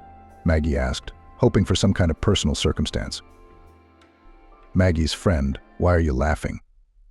You know that I have no one to bother you. I've been living alone for so long, Samantha replied. We could use a man right now, of course. Come on, we can manage without men, Maggie replied. She realized that it was pointless to talk her friend out of it and decided not to resist. When they reached the police station, they went to the front office. Hello, we'd like to make a statement. Samantha began to speak loudly into the window of the duty officer. Samantha, maybe I should do it, Maggie interrupted her friend, reminding her that she was the victim here. Yes, of course, Samantha slowed down a bit. Okay, girls. Can you please decide what you want? Asked the officer on duty irritably. You see, Maggie began to explain quietly. I was attacked today. They wanted to rob me. So you didn't listen. The officer on duty took out a piece of paper from under the table. Write a statement. No, you don't understand me, Maggie continued calmly. The police have already come. I gave them a statement, and they took all the statements they needed. Then what do you want? Wait until they call you, the policeman replied, still irritated. What's the matter with you? When they call you, then come back. Samantha jumped in. Can you finish listening to the man, or are you going to interrupt him every 10 seconds? Okay, woman, who are you? The employee turned to Samantha. Do you want me to take you out? You don't need to take anyone out. Maggie modestly stood up for her friend. The point is that I remembered some new circumstances regarding the attack. I got you. What's your last name? Said the officer on duty. Swan, Maggie replied. Stand by. The desk clerk turned to the computer and typed in Maggie's last name. Then he picked up the phone and dialed a number. Comrade Major, here on your today's case the victim came. Says new circumstances have opened, that she is even so good. I'll send her to you. The duty officer hung up the phone and turned to Maggie. Well, your case has already found the right person. Come to the 7th office, they'll meet you there. How did they find me? Samantha asked loudly. She was clearly more surprised than Alexandra. Samantha wanted to go with her friend, but the duty officer stopped her. Citizen, you wait here. No one let you in. What do you mean, nobody let me in? I'm the victim's friend. Her only support, Samantha, began to resent me. You're a stranger, the cop replied sternly. Samantha, don't worry. I can handle it, Maggie reassured her friend and walked straight down the hall. The 7th office was not far from the gatehouse. When she reached the door, she stopped. After a few seconds, a man in civilian clothes came out of the office. Are you Swan? He asked at once. Yes, Alexandra answered. I'm an investigator. Stephen is my last name. I've been handed the case of your assault. Anyway, we found your failed burglar on a hot lead. And who was he? He's a repeat offender. Got out of prison 6 months ago for robbery. Decided to pick up where he left off. Didn't even change neighborhoods. He must have lost his touch while he was in prison. Even forgot about the cameras. 2 hits in an hour, so we got him down quick. Now you'll have to be identified. You caught him so fast, said investigator Stephen. What if he remembers me for the lineup? Maggie was worried. Look, he must have remembered you when he tried to steal your bag. We'll take security measures for your peace of mind, though. You'll be looking at him through mirrored glass. He won't be able to see you. Okay, Maggie replied calmly. The investigator went back into the office and returned 30 seconds later. Come in. Everything is ready. Maggie, worried, walked into the office. Along the wall, there was indeed a window with a man sitting behind it. Excuse me, is he the only one? And that one is going to sit? Maggie whispered to the investigator. I thought a lineup was when you had to choose among several people. This is a different identification, Stephen whispered back to her. Not only can't he see you, he can't hear you. So you can talk in full voice. Okay, Maggie said, and looked at the man behind the glass. He looked like that man, but he didn't. You see, he was wearing a hat and a scarf, and the scarf covered his face. All you could see was his eyes. Okay, wait a second, said the investigator. He went to his desk, opened a drawer, and took out a cellophane bag with his belongings. Then he went into the bright room where the alleged robber was sitting and handed him the items. The man put on his hat, wrapped himself in a scarf, and the investigator returned to Maggie. Well, that's the way it is now. What do you think? It looks like it now, Maggie exclaimed. The exact replica of the robber was sitting in front of her. That's great. Go into the next office, we'll do the proper paperwork, said Stephen. Maggie went into the next office. A minute later, the investigator went in as well. Tell me, please, have you questioned him yet? Maggie asked. We have. What are you interested in? Stephen asked incredulously. I just wanted to know. Did he say anything about the client? What client? Citizen Swan. The man's a repeat offender. He spent his whole life snatching purses from girls. No one ordered you, don't worry. Oh, really? Well, then I'm free to go, right? Maggie asked. Investigator Stephen handed her a piece of paper. Sign here. And you can go now that you've signed it. Maggie left the investigator's office. No sooner had she reached the front desk than Samantha pounced on her with questions. Did you find it? We did. Some kind of gangbanger. So he acted on his own? Samantha asked. Yes, as it turned out, Lucius had nothing to do with it. The friends went outside and got into the car. What's up? Where should I take you? My place or yours? Samantha asked, pulling out of the police parking lot. Since everything ended so well, let's go to my place. I think we both need a little rest. I've had the wine for almost a year now, Maggie said. Different conversation. Friend, Samantha said cheerfully. Are you sure you don't want to come to my place? You're not afraid? Why should I be afraid when they found him? Then it was just a coincidence, and no one ordered me. I get it, Samantha said sneeringly. Are you worried about your diamonds? No, Maggie laughed. I brought them with me, they're in my bag. What Samantha marveled out loud. You've been carrying diamonds with you all this time. Of course, it didn't seem safe to leave them at home, especially in case the police needed them. I didn't know how quickly they'd solve things there. Maybe they'd take them as evidence. "I'm amazed at you," Samantha said, her mood changing. "They tried to snatch your bag just a couple hours ago, and you're carrying diamonds. Are you so fearless? Why are you so worried?" "I'm in the car with you. No one knows I'm carrying diamonds." "You're lucky to be with me," Maggie said. "Okay, maybe you did the right thing.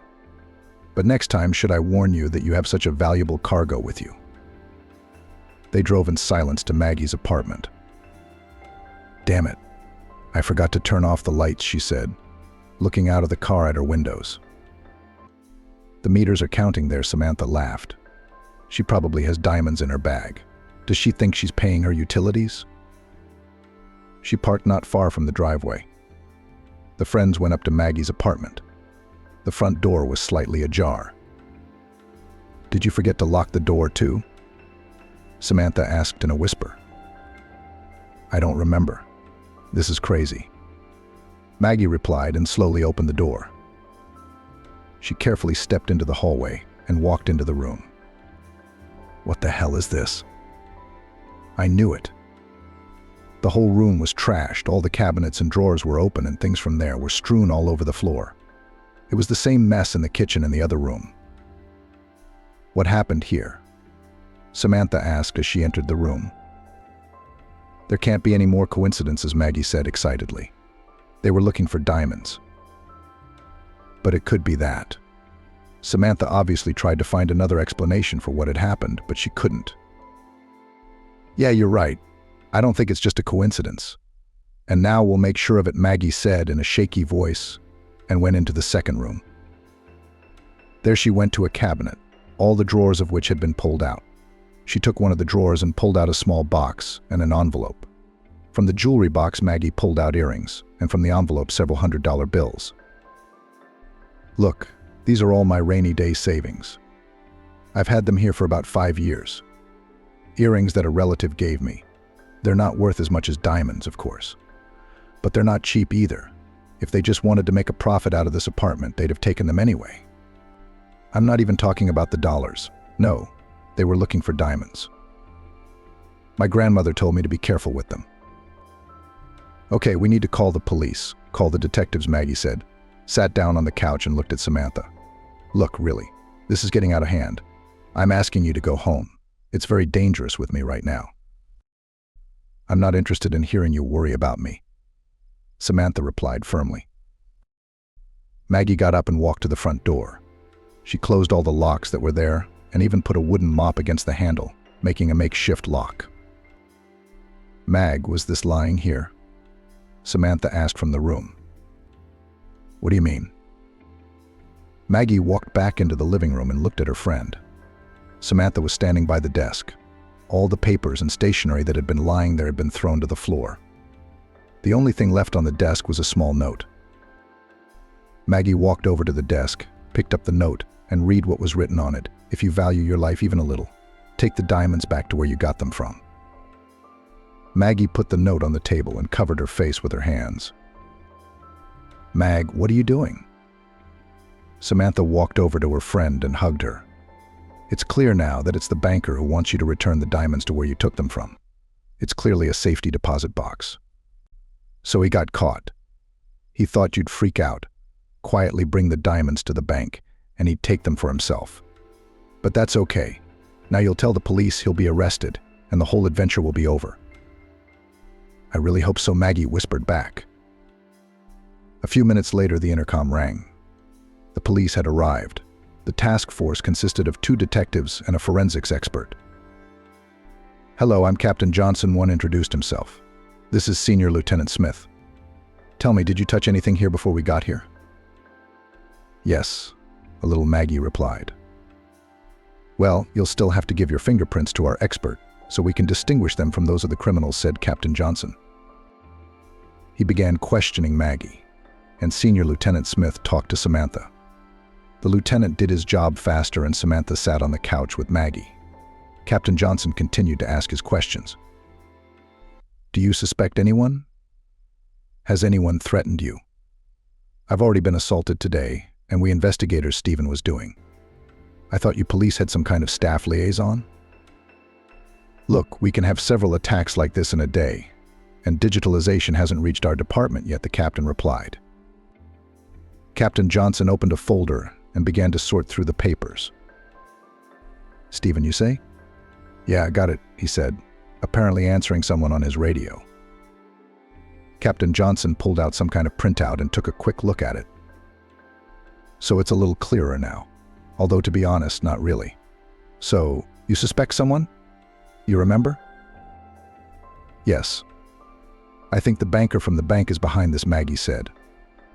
You know, I expected to hear a lot of things, but not this. What could you have done to stop the banker? Maggie told the captain about her trip to the bank, about her inheritance, showed him the gold bar and held out the note she had left. Who else could it be if it wasn't him? Maggie concluded. Yes, that's very interesting. The captain examined the note from every angle. Did anyone else know about the gold? No, just me and my grandmother, who's been dead for 6 months. What about this girl here? The captain pointed to Samantha. Samantha, come on. She's my friend. And she found out about the gold after the attack. So what if she's a friend? The captain asked. You know, in my practice, I've had more than that. What close people have not attacked each other? Are you out of your mind? Samantha jumped up. I told you I didn't even know he was here. You just want to blame some random person. I get it, you're just bought by this bank. All in on it. Sit down, please, Captain Johnson told her in a stern voice. And control yourself. No one is bought by anyone, and no one is accusing you. And it's my job to suspect everyone, including you. But come on, Maggie interjected. This is really crazy. Samantha was with me the entire evening. She came to my aid at the first call. I don't want you to even suspect her. Unfortunately, our job doesn't depend on your wishes, the captain replied. Well, I think we'll come back to Samantha. The captain walked across the room and turned to Maggie. Here's what I'm not getting. Can you tell me? What's not beating? Maggie asked. It was obvious from the story that Maggie was already tired from the interrogation and sounded irritated and tired. But look, why would your banker set himself up like that? Leave a note. You might say, with the exact address of the bank she objected to Captain Johnson. So maybe he was counting on the fact that I, frightened, would run headlong back to the bank to give back the gold without even informing the police. That's right, said Samantha. Maybe they have it all automated? You check it out. We'll check. Captain Johnson looked at Samantha with disbelief. All the more reason not to. Let's say you get scared and take the gold back to the bank. Then the banker gets into your safe deposit box and takes the gold for himself. Okay, let's assume that the whole bank is in cahoots and they intend to take your gold, and none of the security officers or colleagues will ask your banker what he is doing. But still, the day will come when you will go to the bank to get your gold. Or just the next day you will get over the shock and run to complain to the police. Then a simple inquiry to the bank will reveal that there is no gold and the bankers will be arrested. It's just one big handmade setup. And if they have such a gangster scheme, why do we have no reports in our department related to this banker and this bank branch in general? With that kind of approach to crime, they'd be as screwed up as they are on the first case. You don't think that's crazy? Maggie shrugged helplessly and sighed. And that's why you suspect me? She asked. Samantha, unlike her friend, was still active. It's my job to suspect everyone, the captain replied. All right, suppose you didn't know about the gold. No, Maggie said quietly. I definitely told Samantha about the possible inheritance when I didn't know what was there. So you knew? Captain Johnson pointed his finger at Samantha. The situation became heated because of Captain Johnson's suspicions about Samantha. Captain, did you know that your friend Maggie had some unexpected wealth? What difference does it make what's in there? Even if you didn't know about the gold, you knew that the box could hypothetically contain something expensive. And you had your associates write the note to lead us on a wild goose chase to frame the banker. Isn't that right? Samantha was furious and unable to speak coherently. Maggie answered instead. Maggie, I distinctly remember telling Samantha at work today. I told her that some strange inheritance had come into existence, but that it couldn't possibly contain anything rich. In fact, it's probably a mistake. You must admit these words are hardly the sort of thing that would interest a criminal looking to make a fortune. Captain, maybe. But then tell me, Samantha, where were you when the apartment was robbed? Samantha, well, I already told your colleague everything. I was at the police station waiting for Maggie. Captain, so you weren't near Maggie and you were technically able to make calls and send messages? Samantha started to get indignant, ironically saying that she was supposedly running a gang of robbers from the precinct by phone. She tossed the captain her cell phone, offering to check correspondence and calls. The captain was a little embarrassed by this reaction from Samantha. Captain, okay, I get it. Let's go back to the banker. Let's say this was his first criminal endeavor. An inexperienced crook with a job at a bank at a young age decided to take up theft. The situation was tense. The captain temporarily backed off his suspicions about Samantha and decided to concentrate on the banker version. Captain Johnson once again picked up the note left on Maggie's desk. Captain, there is another circumstance that breaks the banker version. What is the purpose of this criminal group led by the treacherous banker? Samantha, what is it? To prey on lonely people, isn't it? But exclusively in gold? Maggie, what do you mean? Captain, if they wanted to rip you off, why didn't they take the dollars and earrings? It's not $1 million, but it's something. They didn't even bother organizing the whole thing and risking their freedom. Maggie, maybe they don't do small change. Samantha, then cross me out too. My accomplices would need that money too. Captain, yeah, you're right. Maggie, you sure you didn't know there was gold in the box? If your target was just the jewelry, you would have taken what's in here. Samantha, sarcastically, really? Are you absolutely sure about that? Should I be searched and detained for 48 hours just in case? I could run away.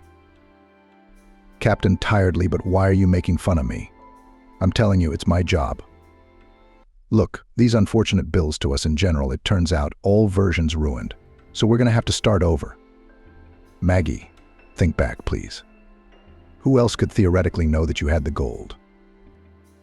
Maggie, I don't know. No one but this banker knew I had the gold. But why didn't his accomplices take the other jewelry? I have no idea. Captain, well, we'll go to the bank tomorrow anyway and question him. Look, it's after 1 in the morning and we're still here. Well, thank you for your help with the investigation. If anything changes, you'll get a call right away. Please don't leave and stay in touch. The captain realized that the current leads had reached a dead end. He decided to end the interrogation for today and continue the investigation tomorrow, starting with the banker. Maggie and Samantha were left puzzled as to the motives of the perpetrators. Captain Johnson shifted his gaze to Samantha, and so did you. He signaled for the expert and the lieutenant to wrap up. Maggie started to escort the operatives out, but immediately stopped. Wait a minute, Johnson, she said. I got it. I'm sorry. Are you all right? The captain was surprised at Maggie's sudden insight. Can I get you some water? I understand why they didn't care about the other jewels, Maggie said. They were tasked with finding the gold bar, and it was banker Stephen Gromoff who did it. Look, you and I have spent so much time sitting here, reasoning, making logical connections, Johnson said. And now you're back to square one. But no, this version doesn't make sense. The captain persuaded Maggie, but she wasn't listening. She was looking for her grandmother's letter, which was in the gold box in the bank. What are you looking for? Johnson asked. Where is it? Maggie couldn't find the cardboard envelope containing the letter. Not that, citizen, said the expert, coming out of the next room with her grandmother's letter in his hands. Yes, Maggie exclaimed, taking the envelope from the employee. Thank you. I don't know how it got there. Now, wait a second, she said, taking the letter out of the envelope and looking for her great-grandfather's lines about imprisonment. But yes, of course, here it is. Look, Comrade Captain Johnson. Maggie walked up to the captain. One day they were spotted by a worker from the official mines. His name was Damian Gromoff. She read aloud a passage of the letter.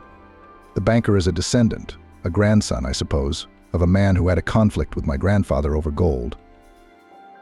Captain Johnson took the letter, read the lines himself, thought for half a minute and said, "That's a very interesting cinematic version. But how can you be so sure that the banker is a descendant of the same Gromov? You don't even know what this friend or enemy of your grandfather looked like. Of course, our town is small, and the name Gromov is not the most common. But it's just a theory." "It's not just a theory," Maggie persuaded the captain. "It would be nothing more than an interesting conjecture if it weren't for all the other circumstances," Maggie said. "You lacked motive to make the banker the prime suspect. And now you have one. All the crimes were committed in such a hatchet job because it was really his first case of this kind," she continued. "Well, I mean, where did he get the opportunity to hire someone? That's for you to find out. But most importantly, we now have an answer to the question of motive." "You're right, I don't dispute that," nodded Captain Johnson. "But we still don't have enough evidence to make an immediate arrest. We have to investigate the bank itself. If we go after your banker now, we may not have enough evidence. Moreover, if the court refuses to arrest him because of this, he may flee with his accomplices. So tomorrow morning we'll go to the bank with the group, we'll look up the documentation, and only then we'll charge the banker," the captain decided. "And if he refuses, saying, 'I don't know any Gromovs, we're just namesakes,' maybe we can think of a way to catch him red-handed. I suggest you hook the chip to the gold bar, or give Samantha a fake gold bar with the chip already embedded," Maggie suggested. "She'll deposit it in a safe deposit box, and as soon as the banker decides to steal it, you'll know about it." "Oh, where are you all going?" Johnson sighed heavily. "Where am I going to get you a fake bullion with a chip for the night? And if you put something on a real one, a banker who has seen such ingots more than once in his life will immediately find out extra details on it. We can't be set up like this. We'll figure it out without chips on the spot. He's got accomplices, and it's possible they're bank employees. So it's important that we get the whole place in a flash." "Then what do we do?" Maggie asked. "Go in good conscience tomorrow morning to another bank," suggested Maggie. "Deposit the gold there. It would be safest. He's not going to clean out a whole bank for a bar." "What about us?" Samantha wondered. "We'll work with your banker," I explained. "But you're just going to leave us here overnight. What if he wants to try again and break into the apartment?" Captain Johnson sighed heavily again. "All right, Comrade Senior Lieutenant. Hasn't the squad car left yet?" "No, it's still there," the policeman answered. "Then you and our driver stay in it near the entrance for the night, stand there and keep an eye on anyone who comes in here. And the expert and I will go in my car." It was obvious from the senior lieutenant's face that staying the night near the victim's entrance was not in his plans, but he would not disobey orders. The captain took a business card out of his pocket and handed it to Samantha. "Here's my card. If you need anything, call me. The lieutenant will leave his phone number for you too." Samantha thanked the captain, and the task force finally left the apartment. "Well, I'm going too. I won't keep you," Maggie said as she started to pack. "Are you crazy? What if they track you down?" "No, stay here under guard. It's safer." Samantha wouldn't let her friend go home. "But I'd feel safer with you," too, Maggie agreed. "Okay, I'll stay." She went to the window. To think that just a few hours ago I had no idea I'd be guarded by the police. An adventure, don't tell me. Samantha went to the window too and looked down. There was a police truck with its lights on in front of the driveway. "If you tell anyone, they won't believe you," she said.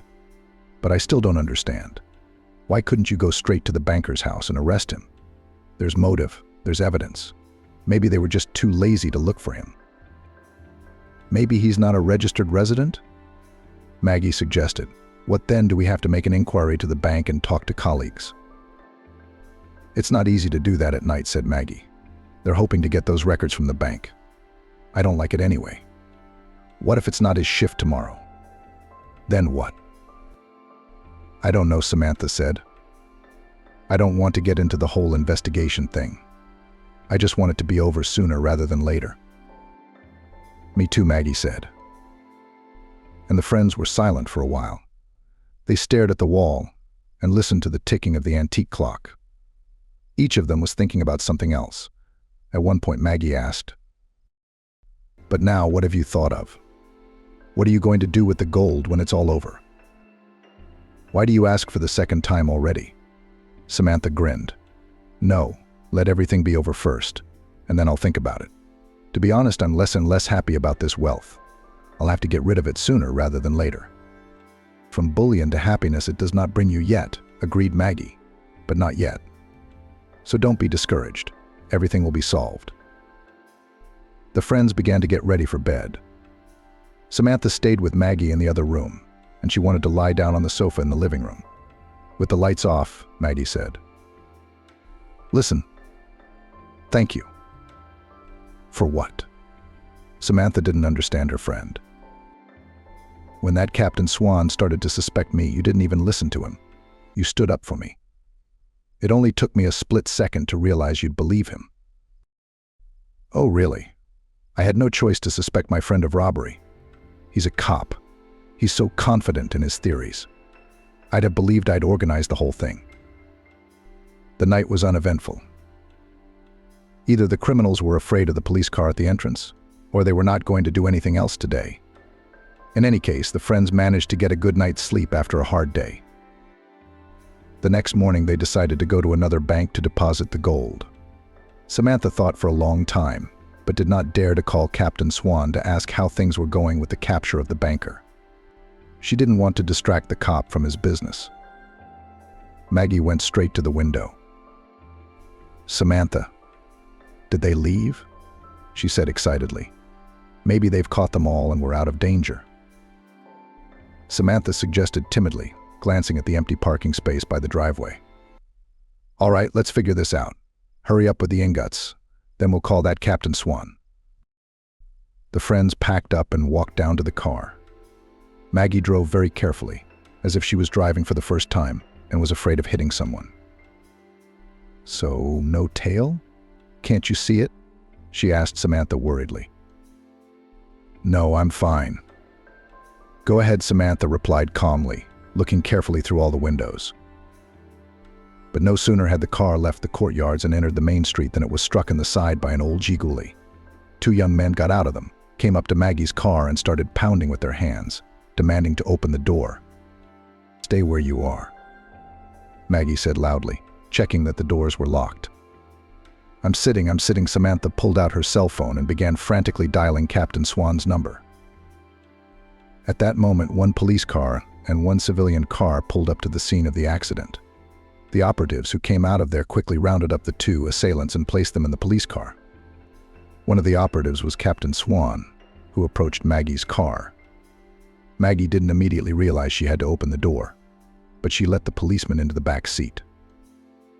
"I apologize for putting you through this," the captain said, "but there was no quicker or more effective way to catch the accomplices red-handed." "So you mean to say that you sent us to give the gold to another bank on purpose?" Samantha asked after a bit of shock. "I'm telling you, it was the quickest and most efficient way. But we didn't have hard evidence. We didn't. All those amazing stories about grandfathers and a conniving banker sounded convincing, but not to a court of law. And now we've got ironclad. I think we'll finish them off for a while and they'll give up their banker. Don't worry about the car, we'll sort it out.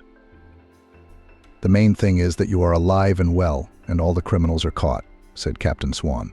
"But almost all of them, like almost. The banker hasn't been caught yet." Surprised Maggie. "In the next few hours, I think he'll be caught. So let's get in my car. I'll drive you to your bank.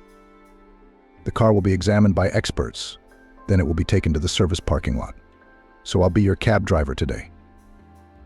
Captain Swan drove Samantha and Maggie to another bank where Samantha successfully deposited the bullion in a safe deposit box. The friends never recovered from the emergency shock, and therefore could not realize the extent of the danger the captain had put them in. Probably, if they had realized it, they would have communicated with the captain differently. On the way out of the bank, the policeman's cell phone rang. "Hello, I'm listening." "Oh yeah? Is this it? That's great. We'll be there soon." The captain hung up the phone and turned to his girlfriends. "Well, you'll never guess the names of today's attackers." Was it Stephen? Samantha asked in surprise. That's right. It's the whole family gang. The attackers are your banker's brother and nephew who just turned him in. We have information that Stephen is on shift today, so I suggest we go right now to apprehend him. 10 minutes later, the captain's car and his entourage were outside the bank where Stephen worked. Another police car was already parked near it, and the patrol officers together with the senior lieutenant were waiting for a command from the captain. You two, the captain looked at the patrolman. Go to the service entrance of the bank. The lieutenant and I will go in from the front. The captain shifted, looking at Samantha. Do you want to come with us? Yes, Samantha answered unexpectedly firmly. She wanted to look into the eyes of the criminal who had arranged such an adventure for her. The captain, the senior lieutenant, and Samantha walked leisurely into the bank. The captain silently showed his ID to the bank employee standing at the entrance and made his way into the hall. At the farthest window sat Stephen. He saw the operatives at first, but paid no attention to them, probably because they were in civilian clothes. But when Samantha came into his field of vision, Stephen jumped up, looked around, and rushed toward the office. He's so fast. Captain Swan grinned and headed for the service room. It opened with a special card, so he asked the bank employee sitting at the next window to let them through. The captain took his time. He realized that his colleagues had probably already grabbed Stephen on the way out. When the female employee opened the door, it turned out that this was indeed the case. In the bank's small employee break room sat Stephen, with 2 patrolmen standing beside him. Apparently, the banker did not resist the arrest. But why are you running, mister? Stephen. We wanted to talk to you, and you're running. The captain sat down on the chair opposite him. I won't tell you anything. I need a lawyer, Stephen whispered back. He will. A lawyer, the captain assured him. But your relatives have already testified. Yesterday's call detail from your home phone won't work in your favor either. Moreover, we even know everything about the motive. At that time, a stately man in his 60s entered the room. What's going on here? He asked. Service room. Operational activities, answered the captain. And who are you, exactly? The bank manager, the man replied in a bass voice. You're just in time, Mr. Manager. Your employee is suspected of organizing a theft and attempt on human life. What attempt on life? Stephen was surprised. What kind of attempt? And when a car deliberately crashes into another car, is that not attempted murder? The captain asked him. What have they done? The banker covered his face with his hands.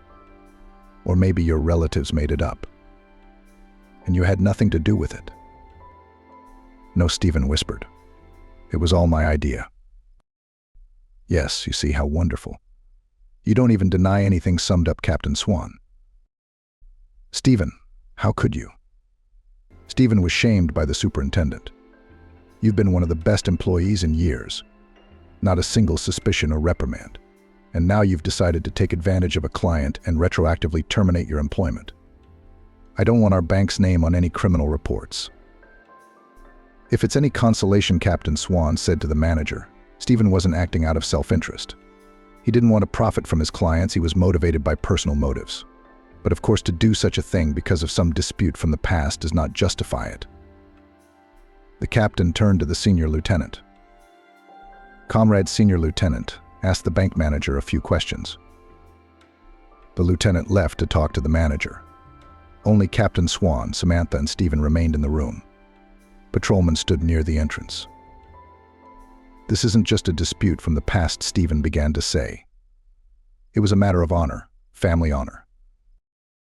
He looked at Samantha penetratingly. Your grandfather framed mine and took away what was rightfully our family's. What are you talking about? I know the story. My grandfather didn't set anyone up.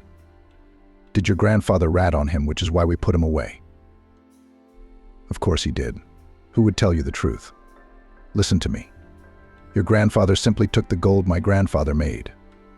At first, my grandfather managed to get some justice and helped put your grandfather in jail. But he never returned the gold.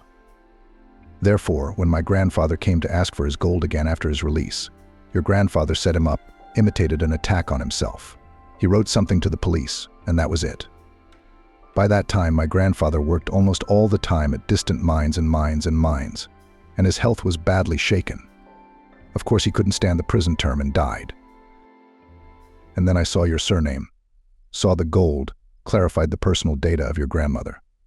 And it all made sense to me at once. I called my brother, and we hatched a plan to get the gold from your apartment. I gave him and my nephew the address. They drove there and waited for you. You won't believe this, but they witnessed the attack on you. So the two men who approached me during the attack were your relatives? Samantha wondered. Apparently, yes. That's what they told me. Then my brother and nephew waited until you left home and started looking for gold. We didn't find the gold, Stephen continued.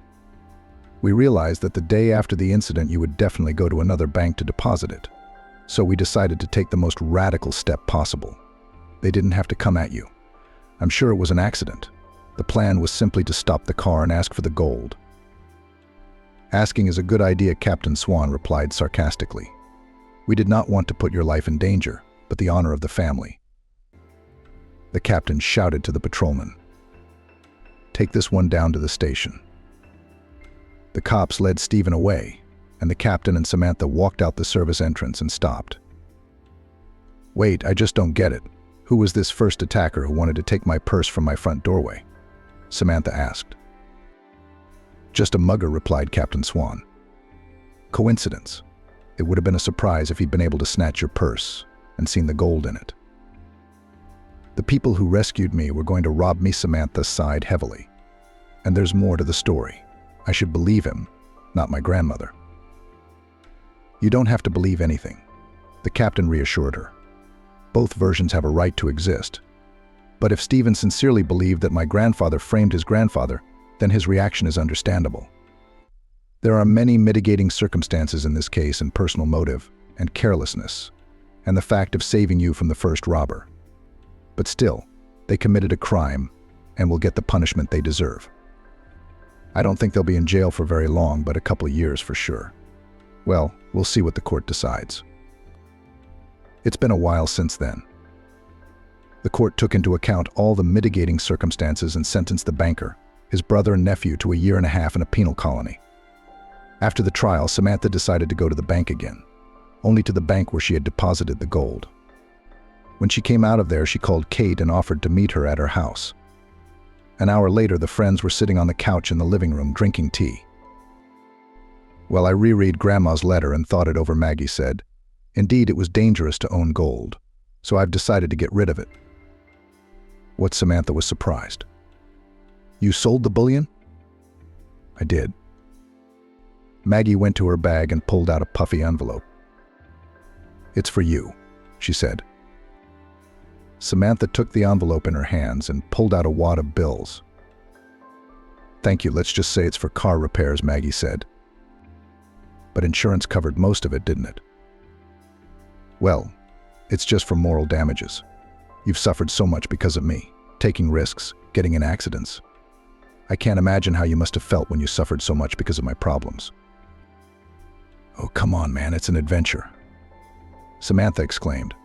My life is home, work, home, work. At least here I have some variety. Did it make you feel needed?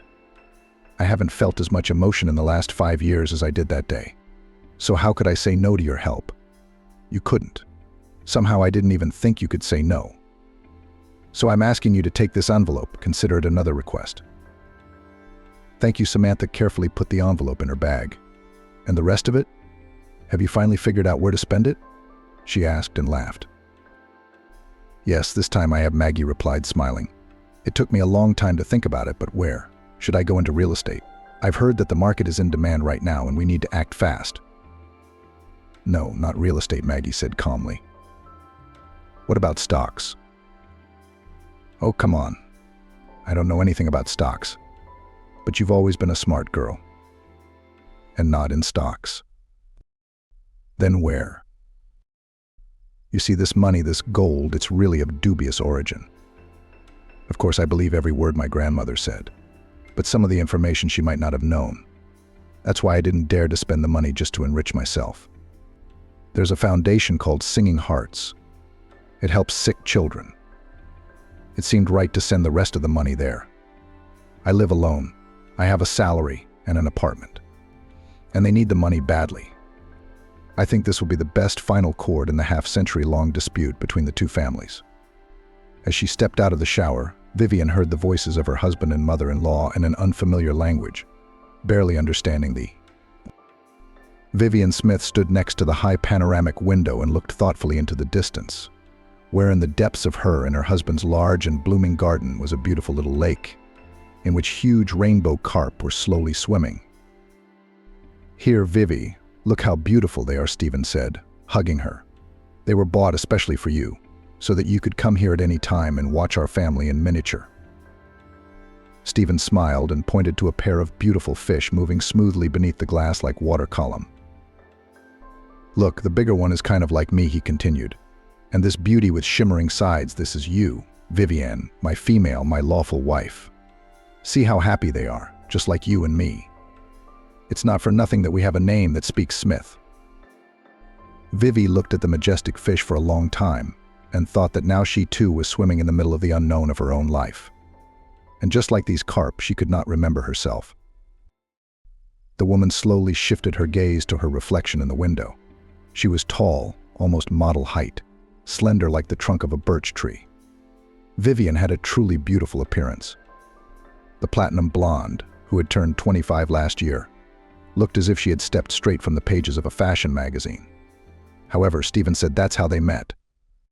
Mole, she was a model, about to finally leave the business, and he a successful banker, whose management was several branches of one of the largest banks in the country. Her husband told her that they had met at some art exhibition, either devoted to Impressionism or vice versa. It was something related to handicrafts. Stephen said he couldn't remember exactly anymore. "I wish I could remember any of it," Vivi thought to herself bitterly. Anything at all. However, no matter how much the businessman's wife strained her memory, no matter how much she tried to reconstruct the events of that fateful day, when she was in a terrible car accident and almost completely lost her memory, she could not remember anything but her name. Her first memory, after she finally regained consciousness, was a long road home. The woman remembered the cozy interior of an expensive car in which her husband drove her to their luxurious country mansion, which stood in one of the most closed and carefully guarded cottage villages. Next to her in the car sat a middle-aged woman, dressed in a chic three-piece suit of sky blue color. Her hair was perfectly styled, and her makeup would be the envy of the Queen of England.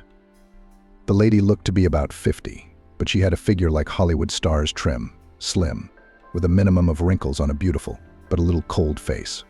It was later revealed that this was Stephen's mother, Cindy Smith. The banker's mother owned a large spa complex, so in matters of youth and beauty she really had no equal, at least in their town. Already after they arrived home, Stephen and Cindy told her in more detail about what had happened to her. "Honey, it's normal for you to feel a little lost," her husband explained to her. "That accident you were in with your driver was just horrible. The driver was killed on the spot. And you..." Stephen hesitated, as if it was hard for him to talk about it. And he did not know how to choose the right words not to shock his already confused wife. "Vivi, you were literally in pieces. Your brain was severely damaged, and after the doctors conducted several complex operations, you had to be put into an induced coma. You wouldn't have survived otherwise." "Dear Mayor." Cindy, who was sitting there, lowered her eyes silently and put her palm to her forehead, as if she were suddenly sick with worry for her sister-in-law. "You've been in a coma for almost 6 months," she said quietly. "My son visited you every day, hoping that your condition would finally improve enough to wake you up. But the doctors didn't give a positive prognosis at first. They said that the chances of your recovery were slim to none. You did it, Vivi. You beat death. You did it." When Cindy looked at Vivi again, there were tears in her eyes. She immediately walked over to her sister-in-law and gave her a sincere hug. Vivi had no choice but to reciprocate the gesture with a much smaller hug of her own.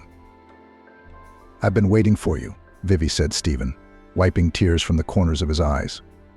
"You don't know how long I've waited. Mom is right. Even the doctors were desperate, but I still believed." I believed you'd come back to me. Sweetheart, thank God you did. You're home now. And I'll never let you suffer again. Never again. The young woman looked at her husband, and for a tiny moment it seemed to her that she had heard something like that before. But it had been under completely different circumstances, and what they were, she did not remember. Vivi felt as if she'd been asleep for decades, and when she woke up, she found herself in a completely different time and place than where she had fallen asleep.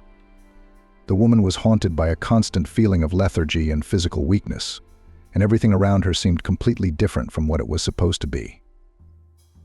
Thank you both," Vivi replied slowly, and her mother-in-law finally released her from her overly strong arms.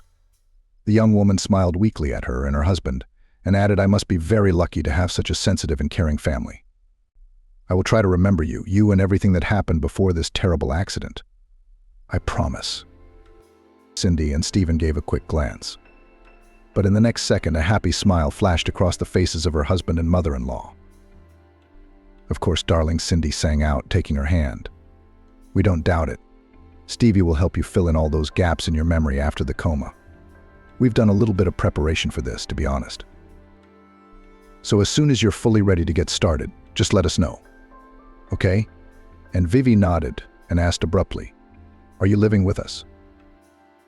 Her mother-in-law was stunned for a moment, as if she hadn't expected her daughter-in-law to be so tactless. But then, realizing that it was just an ordinary question, Cindy softened. "That's right, honey. Me, you, and Stevie all live together in this lovely house. I'll keep an eye on you, if you don't mind," she said, looking at her sister-in-law carefully. "Stephen is at work all day long. Besides, he's often sent on business trips, even abroad. I think it's for the best." Vivi shifted her questioning gaze from her to her husband, and he confirmed her mother's words. "Darling, you have absolutely nothing to worry about. I'm taking a little vacation now, but I'll have to go back to the office in a couple of weeks. I want to be absolutely sure that nothing will happen to you while I am away. My mom has graciously agreed to help me with that, even though she too has more than enough worries in her complex. I'm sure you and Mom will have a great time together. You two were thick as thieves before the accident. Real girlfriends." Stephen laughed a low, clean laugh, looking at his mother for support. It wasn't long before Cindy laughed too. "Of course, we'll talk about so many things, cook so many delicious meals. You won't be bored, that's for sure," her mother-in-law patted Vivi's hand gently. But Vivi felt that the woman did it a little too playfully, as if she were exaggerating their friendship. The husband had obviously embellished the true state of affairs between Cindy and her sister-in-law. Anyway, Vivi didn't say anything at that time, but only gave her loved ones another weak smile. She was indeed very tired, and the only thing she truly wanted badly at that moment was to just sleep. Her relatives didn't resist Vivi's wish and took her to the room designated for her. Nearly a year had passed since then, but the young woman had made no progress in her many attempts to remember her life before the accident.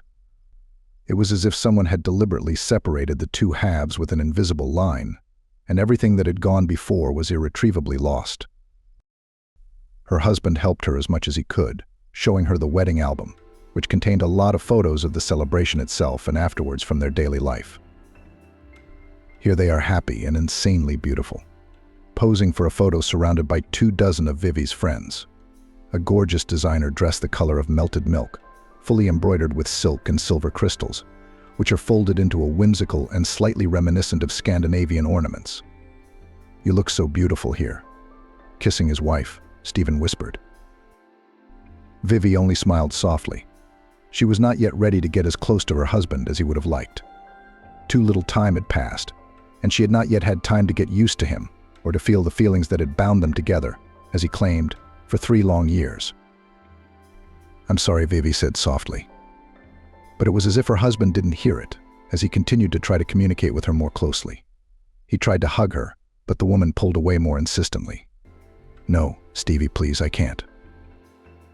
"But I love you," Stephen answered her sadly. Vivi realized from his face that he had been waiting for this moment for a long time. Now all he could do was look disappointedly back at their wedding photos. "Okay," he said dryly. "But did you remember anything? You can't hide from me forever. After all, I am your husband. You don't need to be afraid of me. Maybe if we started living together again like we used to, you would sooner be able to not only remember, but also feel the same love for me that I feel for you every day." Vivian felt very heavy at heart. She desperately wanted all those beautiful, sublime feelings Stephen had spoken of to come back to her memory. But as she looked at the multicolored pictures, she felt absolutely nothing. Of Vivek, not even the slightest glimmer of memory. Vivi was terribly embarrassed, so she could only shake her head negatively. "That's what I thought," his husband said in a much colder tone. "Vivi, sometimes I think you don't even try to remember things. I know it's hard for you, but you could just try to trust me and Mom. If your memory still won't come back to you. Look at your right hand." Vivian obediently stared at her right hand, where on the ring finger was a wedding ring with a huge pink diamond. Stephen intercepted her gaze and nodded briefly. "See, that's the ring I gave you the day I proposed. You were so happy to receive it. So happy that you said yes to me right away." "Stephen." Vivi tried to defend herself, but her husband gestured for her to shut up. "Please let me finish," he said, and a mournful expression spread over his face. "You don't remember now, but you and I have always been part of the same whole. We loved each other so much that we even made special vows to each other for our wedding." Stephen rummaged through his wife's bathroom cabinet and pulled out a large envelope. Inside was a sheet of coated paper, neatly folded in half. On the sheet was a typewritten love letter in which Vivian poured out her feelings to her future husband. "Here, read it carefully," she asked her husband. "If it doesn't awaken in you even a little memory of how happy we were, then I beg you to know. I'm begging you, Vivi, just take my word for it. I love you. I love you more than anything in the world, and I always will." With these words, the man left his wife's room, leaving her alone with her wedding vows and her own far from rosy thoughts. Vivian read the message to her husband and cried. Crying because she could not remember how she had written it, nor what she had felt while doing so. The vow was truly beautiful, so pure, so sincere.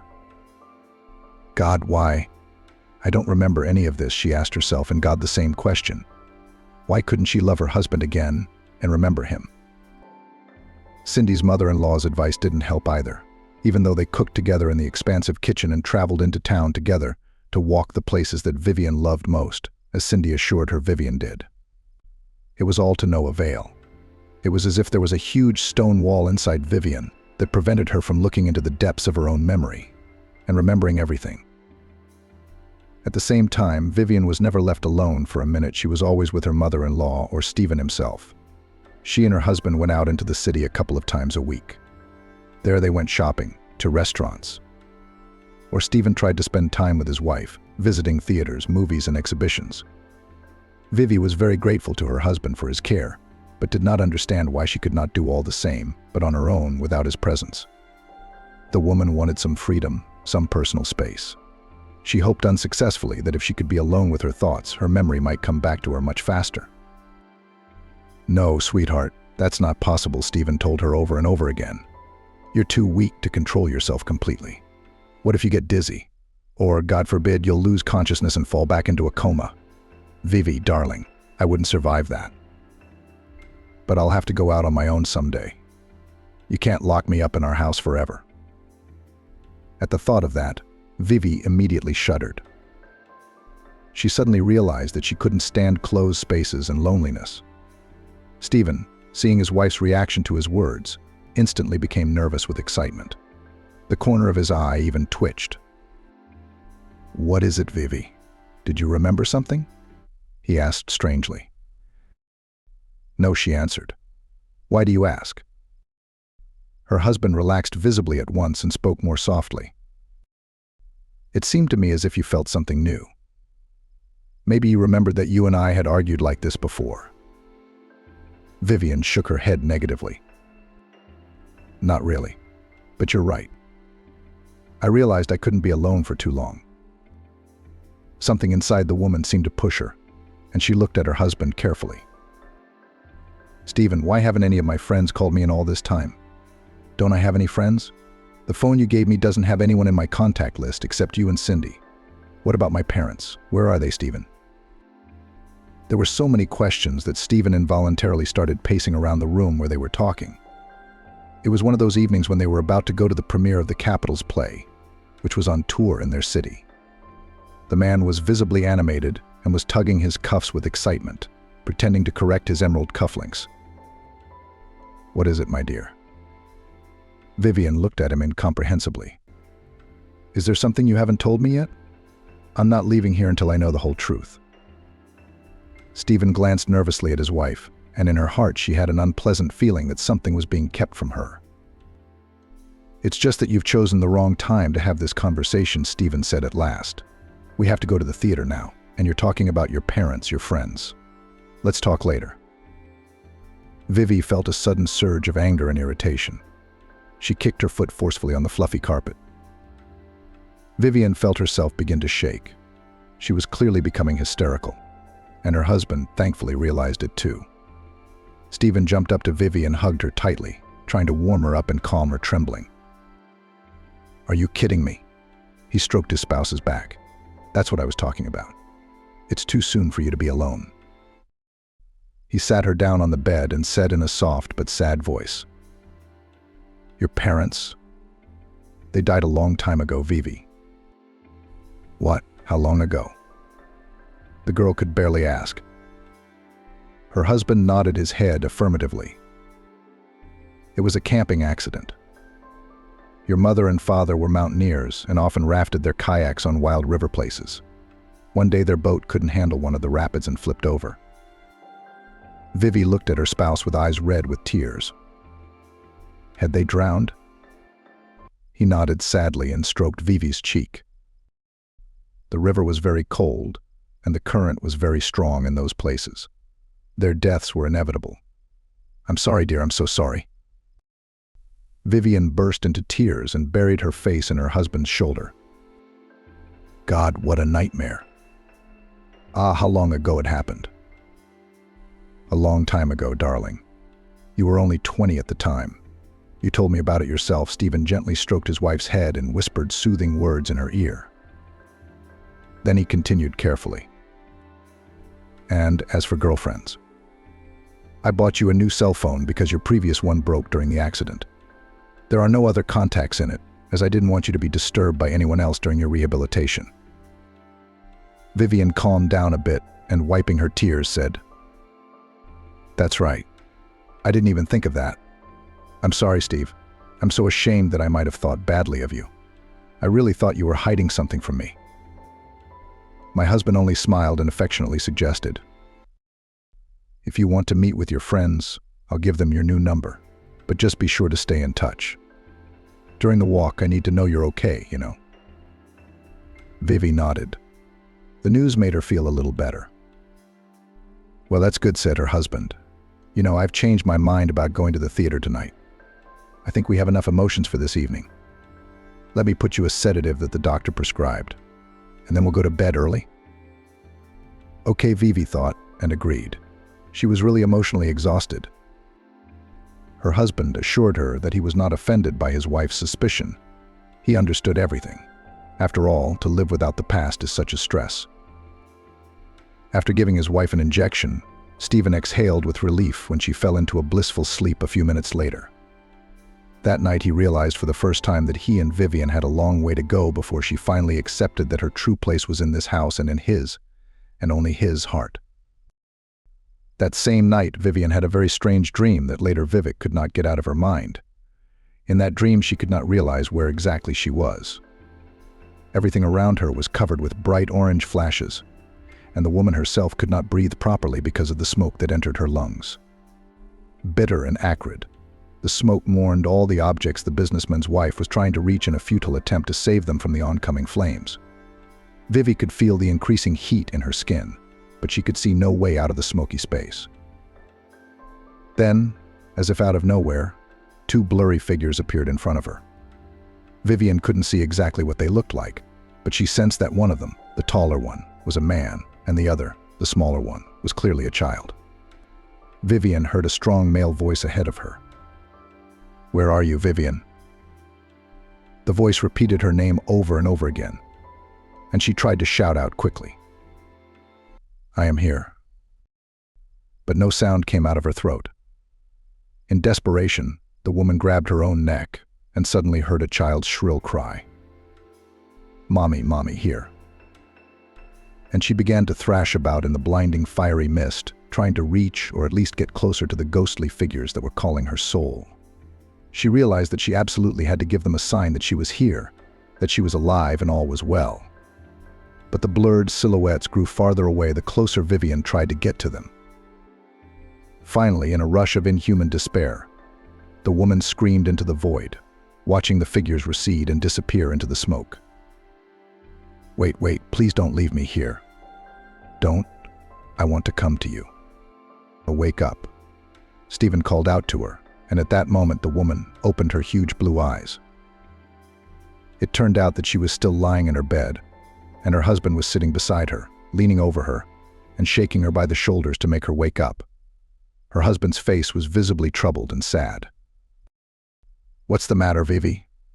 What did you see? The spouse, still not fully awake from what she had seen, only waved her head and removed her husband's hands from her. It's all right, Steve. It's nothing like that. It was just a nightmare. The young woman struggled to regain her breath and looked affectionately at her husband. Don't worry, just give me a couple minutes. Okay. Vivian turned on her other side, trying to control her feelings. What she had seen in her dream was so vivid and realistic that she couldn't shake the thought that it might well have been a memory. Except which one? And why hadn't she seen Stephen in this strange dream, as if he had nothing to do with it? Was that you screaming? Stephen said slowly. Are you sure you don't need sedatives? I could get you some pills if you want. Vivi looked at her husband with frank surprise. Are you serious, honey? Sedatives at 10 in the morning? Are you trying to turn me into a vegetable? Stephen tensed for a moment, but Vivi laughed lightly and threw a pillow at him. I was only joking, silly. Of course I don't mean anything like that. Really, it's just a bad dream. There's no need to take a pill every time I get emotional. Stephen smiled, but somehow not cheerfully, as if he felt guilty about something. However, quickly pretending that nothing of the sort had happened, he offered his favorite wife to drink coffee together. Mom today even baked us cheesecakes before rushing to work. As long as I live, every time I am amazed at her amazing ability to combine the talents of a housewife and a businesswoman. Oh my God, I'm so embarrassed, Vivian said with her hands clasped in front of her face. I was supposed to get up early and prepare everything. Instead, I have to bother your mother in the kitchen. Stephen only waved his hand and then gently kissed his wife on the cheek. You just don't know her. In fact, she was always happy with all this amateur work with pots and pans. Before she lost her father, she was a housewife for a long time, raising me and taking care of my father when he came home from work. And then when Dad died of a heart attack, she got serious about the business. Daddy left us some inheritance. She used it to open her first beauty parlor. Vivian looked at her husband with genuine interest. It was the first time he had told her so frankly about his family. I was just a boy then. I had just turned 17. At first I could not accept this new identity of my mother. But then she explained to me clearly that in this life you have to fight for your own to the end, to gnaw with your teeth, but not to give it to anyone. So I entered first the Institute at the Faculty of Economics, and then got a job in a bank. But gradually I made my way into the world, found myself. Stephen tenderly embraced Vivian, and she allowed himself to kiss her for real.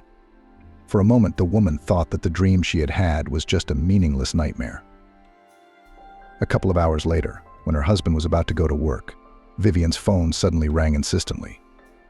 Looking at the screen, the woman was surprised to find that the call was from an unknown number. Pick up the phone, Stephen advised her, throwing his jacket over his shoulders. I'm sure you'll be glad to know who's calling. Really, Vivi raised her eyebrows and answered the incoming call. Hello. Is that you? An unfamiliar female voice sounded in the receiver. Yes, it's Vivian Smith, Vivi answered, perplexed, and looked at her husband. Who's speaking? There was a second pause at the other end of the line, and then the same thin voice said, offended. No, you don't recognize me, of course. Steve said that you had a memory problem, but to be so. Vivian looked at her husband again, dismissing the questions like, who's that? But the man only winked at her and pointed to his watch. In a hurry, he whispered with just his lips, "I'll hang up." Then her husband went off to work with a satisfied look, leaving Vivian utterly confused. She reminded herself that Cindy was due home in half an hour to check on her and see if everything was all right. So who should she deal with, her mother-in-law or the one who was tearing her phone apart? The caller continued to bombard Vivi with endless questions. "Listen, you seriously don't remember us? It's me, Laurel, your best friend. Steve told us you were off limits while you were in treatment. We apologized profusely during that time. And then yesterday he texts us and tells us to take you out to New York City. No, he's always been Mr. Spontaneous. I'm sorry to be so blunt." "Wait, Laurel, stop." Vivi tried to calm her down. "Are you saying that you and I used to be friends before the accident? I mean, you're my best friend?"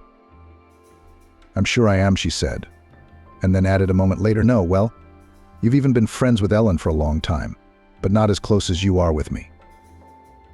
Embarrassed by the appearance of another person in her life, whom she did not remember at all, Vivi proposed Laurel to meet in the city center, in the same cafe where they usually liked to be with her husband.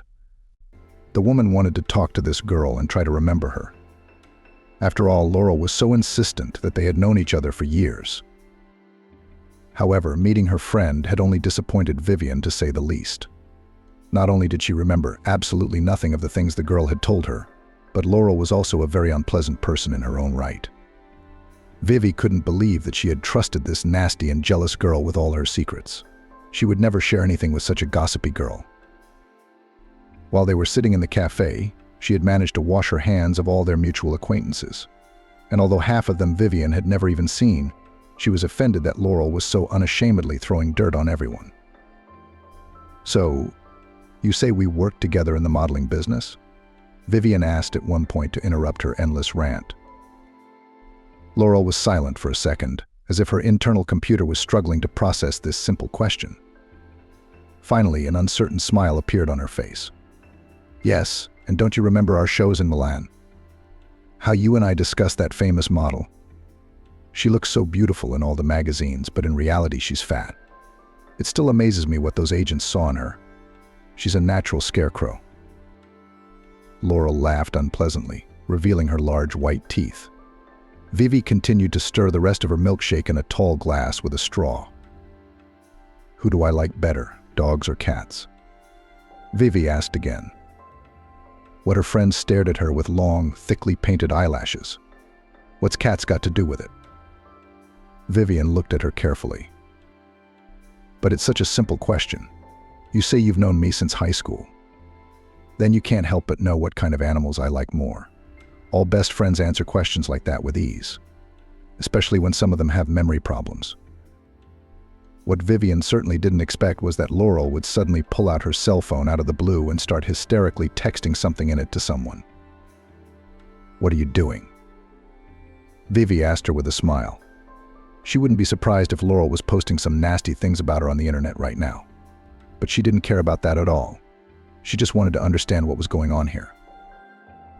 Laurel finished fiddling with her smartphone and with a strained grin, obviously meant to portray a smile, she said, "Vivian, I've been called away on an emergency shoot. I'd love to talk to you more, but unlike you, I don't have a rich husband, so I have to work up a sweat." Laurel jumped up from the table and gave Vivian a kiss. "Don't be upset, Vivi, we'll talk to you later, and then you'll feel better. Ciao, darling, I'll be in touch." With those words, the red-haired gossip girl flew away from the cafe like a bright but silly butterfly. There seemed to be something wrong with Laurel. Vivian Vivek couldn't believe she would choose such a mercenary as her mate. Besides, she didn't know the answer to her simple question. And the whole thing with the phone? She was just looking for an excuse to leave quickly and not continue the awkward conversation. But what could it mean? Vivian was at a loss to guess. She had too many questions about her own past, and none of them had been answered yet. Hearing the phone vibrate in her purse, the woman picked it up immediately. "Hello, honey, how are you?" Stephen asked, calling her from work. To be honest, not so good, her wife admitted to him. "I didn't like it at all." What kind of friend is she who only has clothes and gossip on her mind? Really? I could hear the tension in her husband's voice. You don't have to talk to her if you want to. I just thought it would be good for you to spend some time with old acquaintances. You said so yourself. Yes, I remember, Vivi reassured him. It just wasn't as heartwarming as I'd imagined. I'm going home now, Mary's already there. I could cook us all something original for dinner tonight. They chatted a little more about household matters, after which Vivian hung up the phone and headed home on foot. She wanted to walk a little, to be alone with her thoughts, and just to rest in silence after Laurel's rapid chatter. The weather that day was marvelous. Spring was in full swing. Apple trees were blooming everywhere. The flower beds were bursting with blossoming flowers. The air was fragrant with the scents of flowers and herbs. And Vivian lingered for a couple of minutes in one of the yards near the playground, looking at the happy little children playing in the sandbox. At the sight of this idyllic scene, she was suddenly overwhelmed by an incredible longing. I wish Stephen and I had a baby of our own. That's how I could sit and watch our son or daughter now. Maybe then I'd feel a lot more at peace. The young woman sat down on the bench, watching other people's children with pleasure. Some of them were happily swinging on the swings, while their mothers looked proudly in Vivian's direction. Look, envy, what happiness we have growing up. Suddenly, Vivian felt her hands and feet go cold. Something switched in the young woman's mind, and she clearly, as if in reality, saw herself rocking a small child in her arms. The newborn was sleeping peacefully. His eyes were closed. At that moment, Vivian was absolutely sure that she was holding her own son in her arms. However, her vision did not end there. The woman felt strong and gentle arms around her shoulders. Vivian turned around to look at the child's father, and to her great amazement, she saw in front of her not Stephen at all. A tall, broad-shouldered, handsome man with deep dark green eyes and golden curly hair. Vivian did not fit the image of her husband. Stephen was a stocky brunette, slender but a little taller than herself. This stranger, on the other hand, looked as if he had stepped out of the pages of ancient legends. Vivian did not know this beautiful man, nor the child she held in her arms, but she was sure that they both had something to do with her. Could it be that Stephen was hiding something from her after all? Was it possible that Vivian had another family before him? But then where are they? What happened to them? Intrigued, Vivian immediately hurried home. She eagerly awaited her husband's return so she could talk to him about her vision. Cindy, seeing how worried her daughter-in-law was, became nervous herself. Seating Vivian in the kitchen, she tried to quickly question her about what had happened and how the meeting with her friend had gone. But Vivian was not in the mood for a heart-to-heart talk with her mother-in-law. "Is there anything I can do for you, dear?" Cindy asked, looking into Vivian's eyes. "I'm afraid Stephen is the only one who can help me here," she sighed. "I need to have a very serious talk with him." A shadow passed over the older woman's face, the nature of which Vivian could not determine. The young woman said she needed to rest, and then went upstairs to her room. That same evening, when Stephen returned home, Vivian immediately called him to her room and told him frankly of her sudden recollection. After listening to his wife, the businessman was a little confused at first, but quickly pulled himself together. Vivian was amazed at how quickly the emotions on his face changed. In a few moments she could distinguish surprise, anger, confusion, and then a calmness that hid all the other feelings. "Vivian, darling, listen to me very carefully," he began, setting his wife down on the bed. "What you are saying is impossible." "But why?" She looked at him perplexed. "Stephen, I feel that these people are somehow connected to me, and very strongly. That emotion, that image, it was so real, so familiar. If there's anything I don't know about myself, you have to tell me." Stephen covered his face with his hands, as if trying to shut out his own feelings. "The doctors warned me that this kind of thing could happen," he said slowly. "You've been in a coma too long, and part of your brain is still not fully recovered." "What do you mean, Stephen?" Vivian interrogated him. "What's wrong with me?" Her husband looked at her sorrowfully. "Visions, hallucinations. The doctor said it could be the effects of a coma." "I'm sorry, Vivian, I should have told you sooner." Vivian didn't immediately realize what her husband was telling her. When she did, she shook her head negatively. No, Stephen, no. That's the thing. It wasn't a figment of my imagination. I'm sure I saw a part of my past, but I can't figure out when it was, or who these people are to me. Stephen looked at his wife with unspeakable regret. Honey, that's the way it is sometimes. You may have experienced a powerful emotional jolt when you looked at the children. So your mind tried to deceive you, to make you wishful thinking. No, Vivian persisted. I'm normal, Stephen. I know for a fact that I've seen these people before. Stephen, I didn't tell you about my dream, that nightmare. I guessed it right away, he nodded. Yes, confirmed Vivian. I think I saw the same man and boy. Only it was later than the memories on the playground. Stephen's face immediately darkened. Vivian, let's not try to find an explanation for your delusions. I'm certainly not very pleased that you see some strange man in your visions. But as for the child... Vivian jumped out of bed and nervously splayed her hands. Yes, Stephen, I wanted to ask another question. Why we still don't have children? You just said that the memory could have been triggered by children playing. What did you mean by that? Instead of answering, her spouse slowly got out of bed, then calmly walked over to the small medicine cabinet and pulled out a syringe of sedative from there. Noticing this, Vivian stepped back. No, Stephen, I don't want a sedative. Explain to me what those kids and my visions have to do with each other. Stephen, what are you doing? The young woman's eyes filled with pure terror as her husband began to step toward her, holding the finished shot in his hand. His face was completely impenetrable. Honey, it's okay, don't worry, you just need to calm down a bit. Look at you, you're shaking all over. Vivian retreated further and further until she finally felt something solid under her back. It was a wall. The young woman's heart filled with panic. She turned around in an attempt to find a way out. But at that moment, her husband grabbed her arms sharply, depriving her of the opportunity to resist.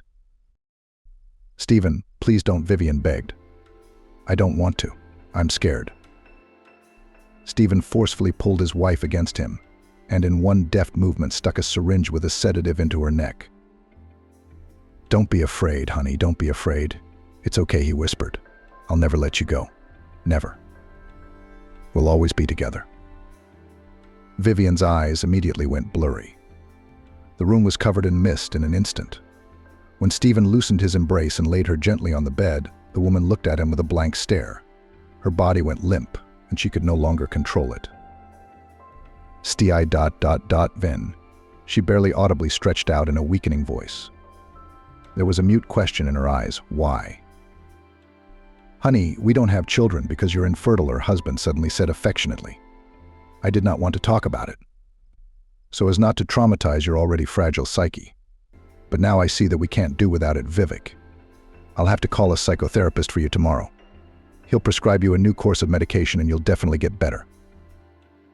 No, everything inside Vivi screamed, but she couldn't say a word out loud. She didn't know what kind of drug her husband had injected her with, but she was sure that it was definitely not a sedative, more like tranquilizers. That's what we used to use to tame the horses on our farm, the woman's mind flashed somewhere on the farthest edge of her consciousness, between dream and reality. Vivian didn't have time to take hold of the thought, because everything around her was plunged into darkness. She didn't wake up until the next morning. Stephen wasn't around, so Vivi carefully slipped into the shower to wash away the remnants of sleep and the semi-fainting state caused by the strange medication. Vivian, shivering, thought, God, am I really not dreaming all this? She stood under the powerful jets of hot water. Did I really remember something Stephen didn't like, and that's why he did this to me? The woman twitched in disgust. She remembered the creepy expression that had flashed across Stephen's face the moment he'd given her the injection. God, he looked like a lunatic. I can't stay in this house around him anymore. I need answers. Slipping out of the bathroom, Vivian got dressed and cautiously made her way down to the first floor. She heard Stephen and his mother talking quietly to each other in the kitchen. To Vivi's surprise, the conversation between the relatives was in English. As she listened to them, she was amazed to realize that she understood them perfectly. But when the words made complete sense to her, Vivi was forced to slowly slide down the wall, sitting on the floor. Her legs refused to hold her up, instantly becoming absorbent cotton from the shock. "Did I tell you you were playing with fire, Cindy?" Cindy rebuked her son. "You shouldn't make fun of the girl. One day she'll remember her past, and the next day, God forbid, she'll put 2 and 2 together about Greg. What are we going to do if the truth comes out?" "Keep your voice down," Stephen shouted at her in English. "I don't know why it happened. The doctors said that the effect of the drugs was 100%. She shouldn't remember anything from her past at all. Nothing that happened to her before me." Cindy shook her head doomedly. "Do you realize what you've done, son? You've ruined her whole life. And you keep doing the same thing now. She'll never love you. She can't. She's too attached to the past." "No, Mom." The businessman shouted loudly. "Vivian is mine and mine alone, do you understand? I won't let her leave us, and I won't let you tear us apart."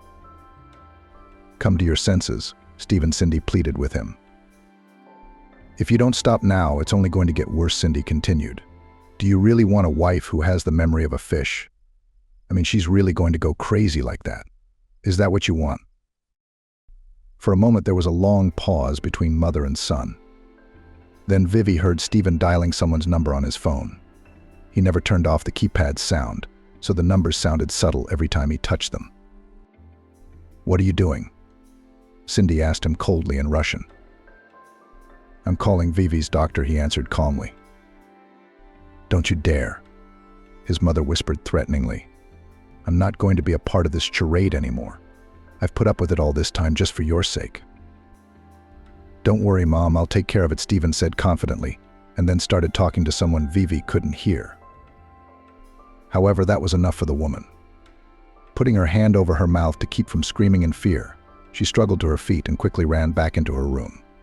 There, Vivi hastily threw some change of clothes and personal items into her backpack. She needed to wait until Stephen went to the airport. He had told his wife a couple of days ago that he was going on a very important business trip to London. This business trip was the only chance for Vivi to save her own life. The woman heard her husband's footsteps on the stairs and quickly shoved her backpack under the bed, lay back down and pulled the blanket up to her chin, pretending she wanted to lie down a little longer. "There you are, my Sonia," Stephen said with a smile, entering the room.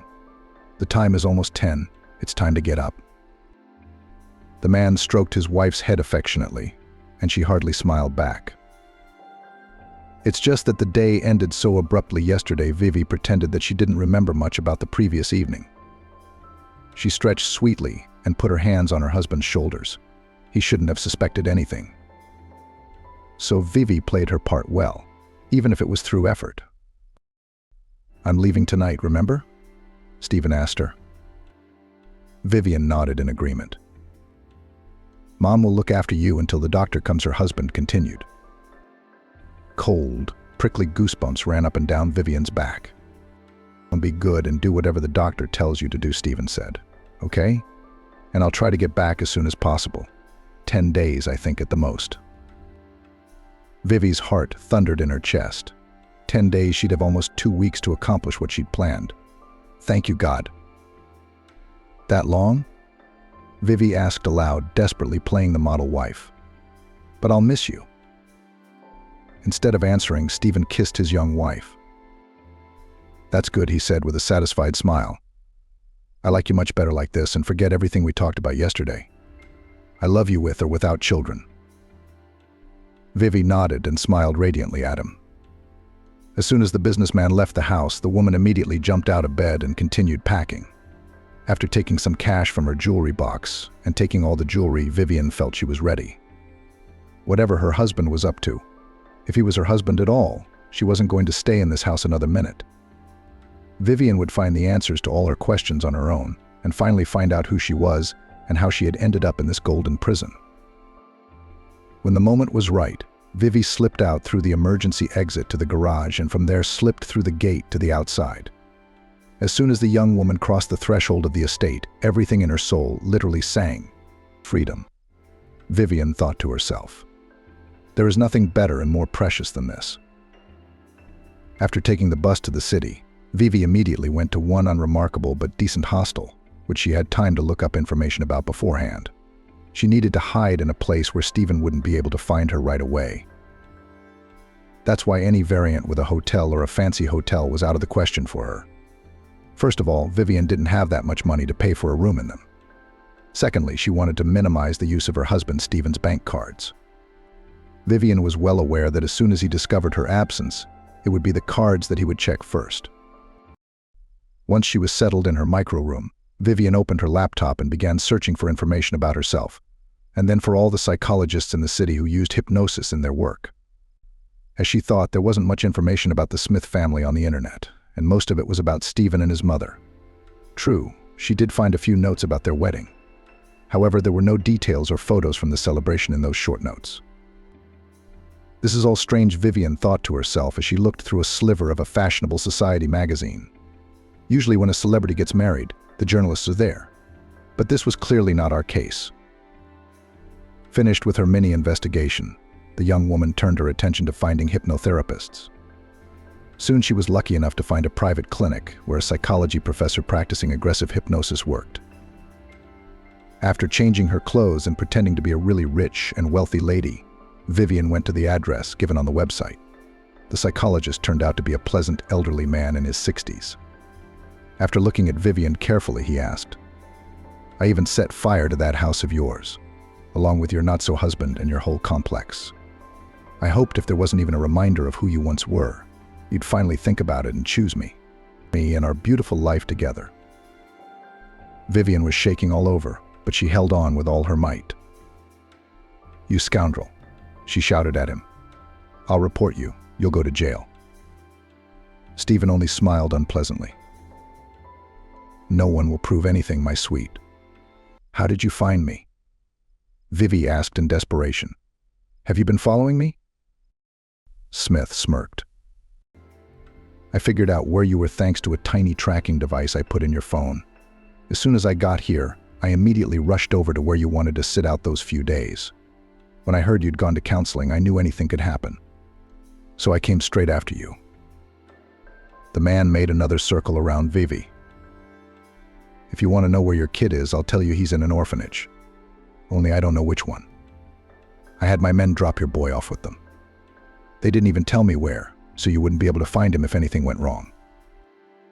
Vivi rose slowly to her feet, looking at him with all the hatred she could muster. "You're a monster," Vivi spat in his face. "We'll never be together.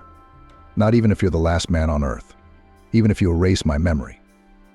I won't remember my own name. We'll never be together. Do you hear me? Never. Because I hate you and I'll always feel that hatred in my heart. Like I felt you were nothing to me. Like I felt I had Greg, the man I will love with all my heart forever, even after he's dead." The exhausted Vivi, bent in half, expected that the businessman would probably just want to kill her now. But to her great amazement, Stephen's face was contorted with a grimace of genuine heartache.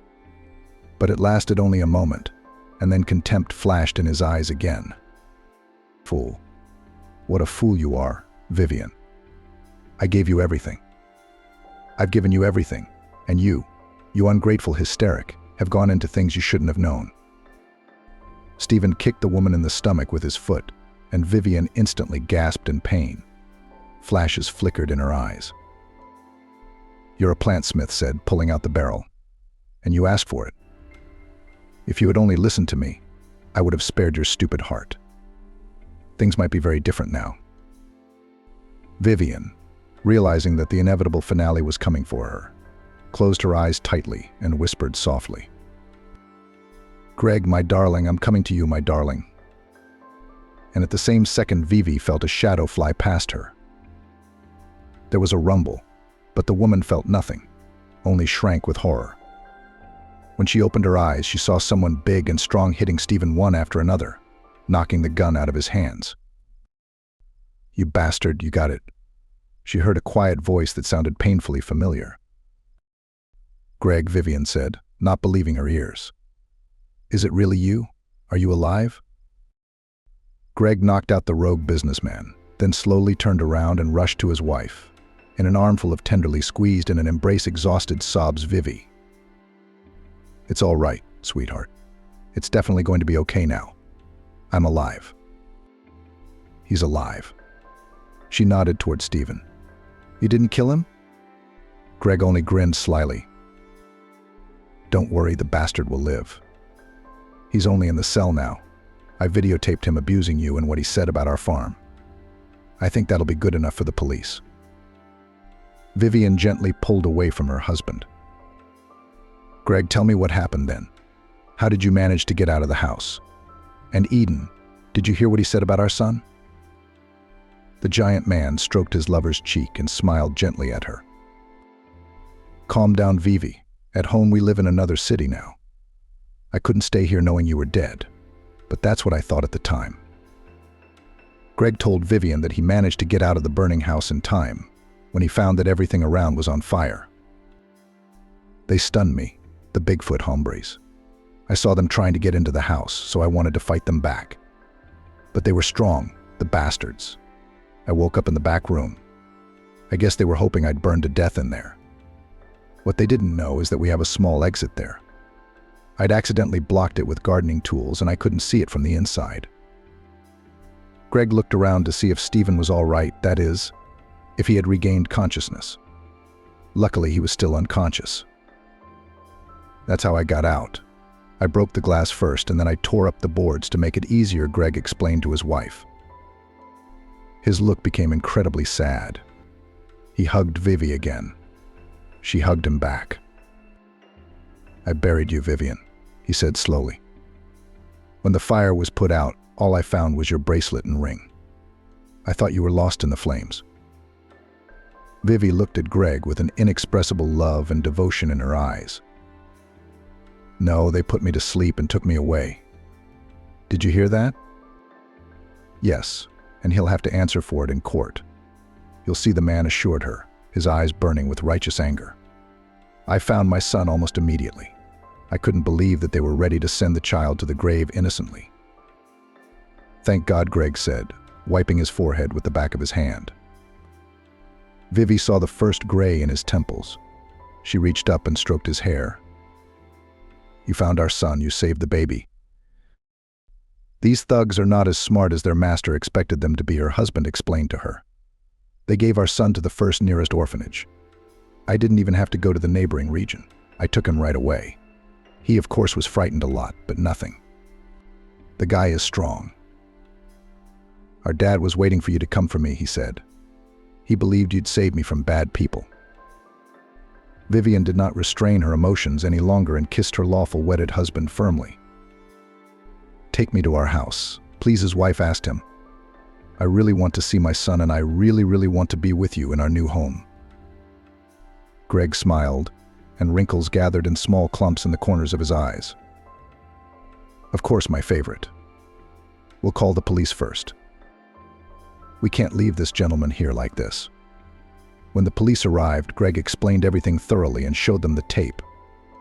The investigator was shocked to learn that such a powerful man as Smith could go to such a heinous crime because of a trivial obsession with a woman, even one as beautiful as Vivian was.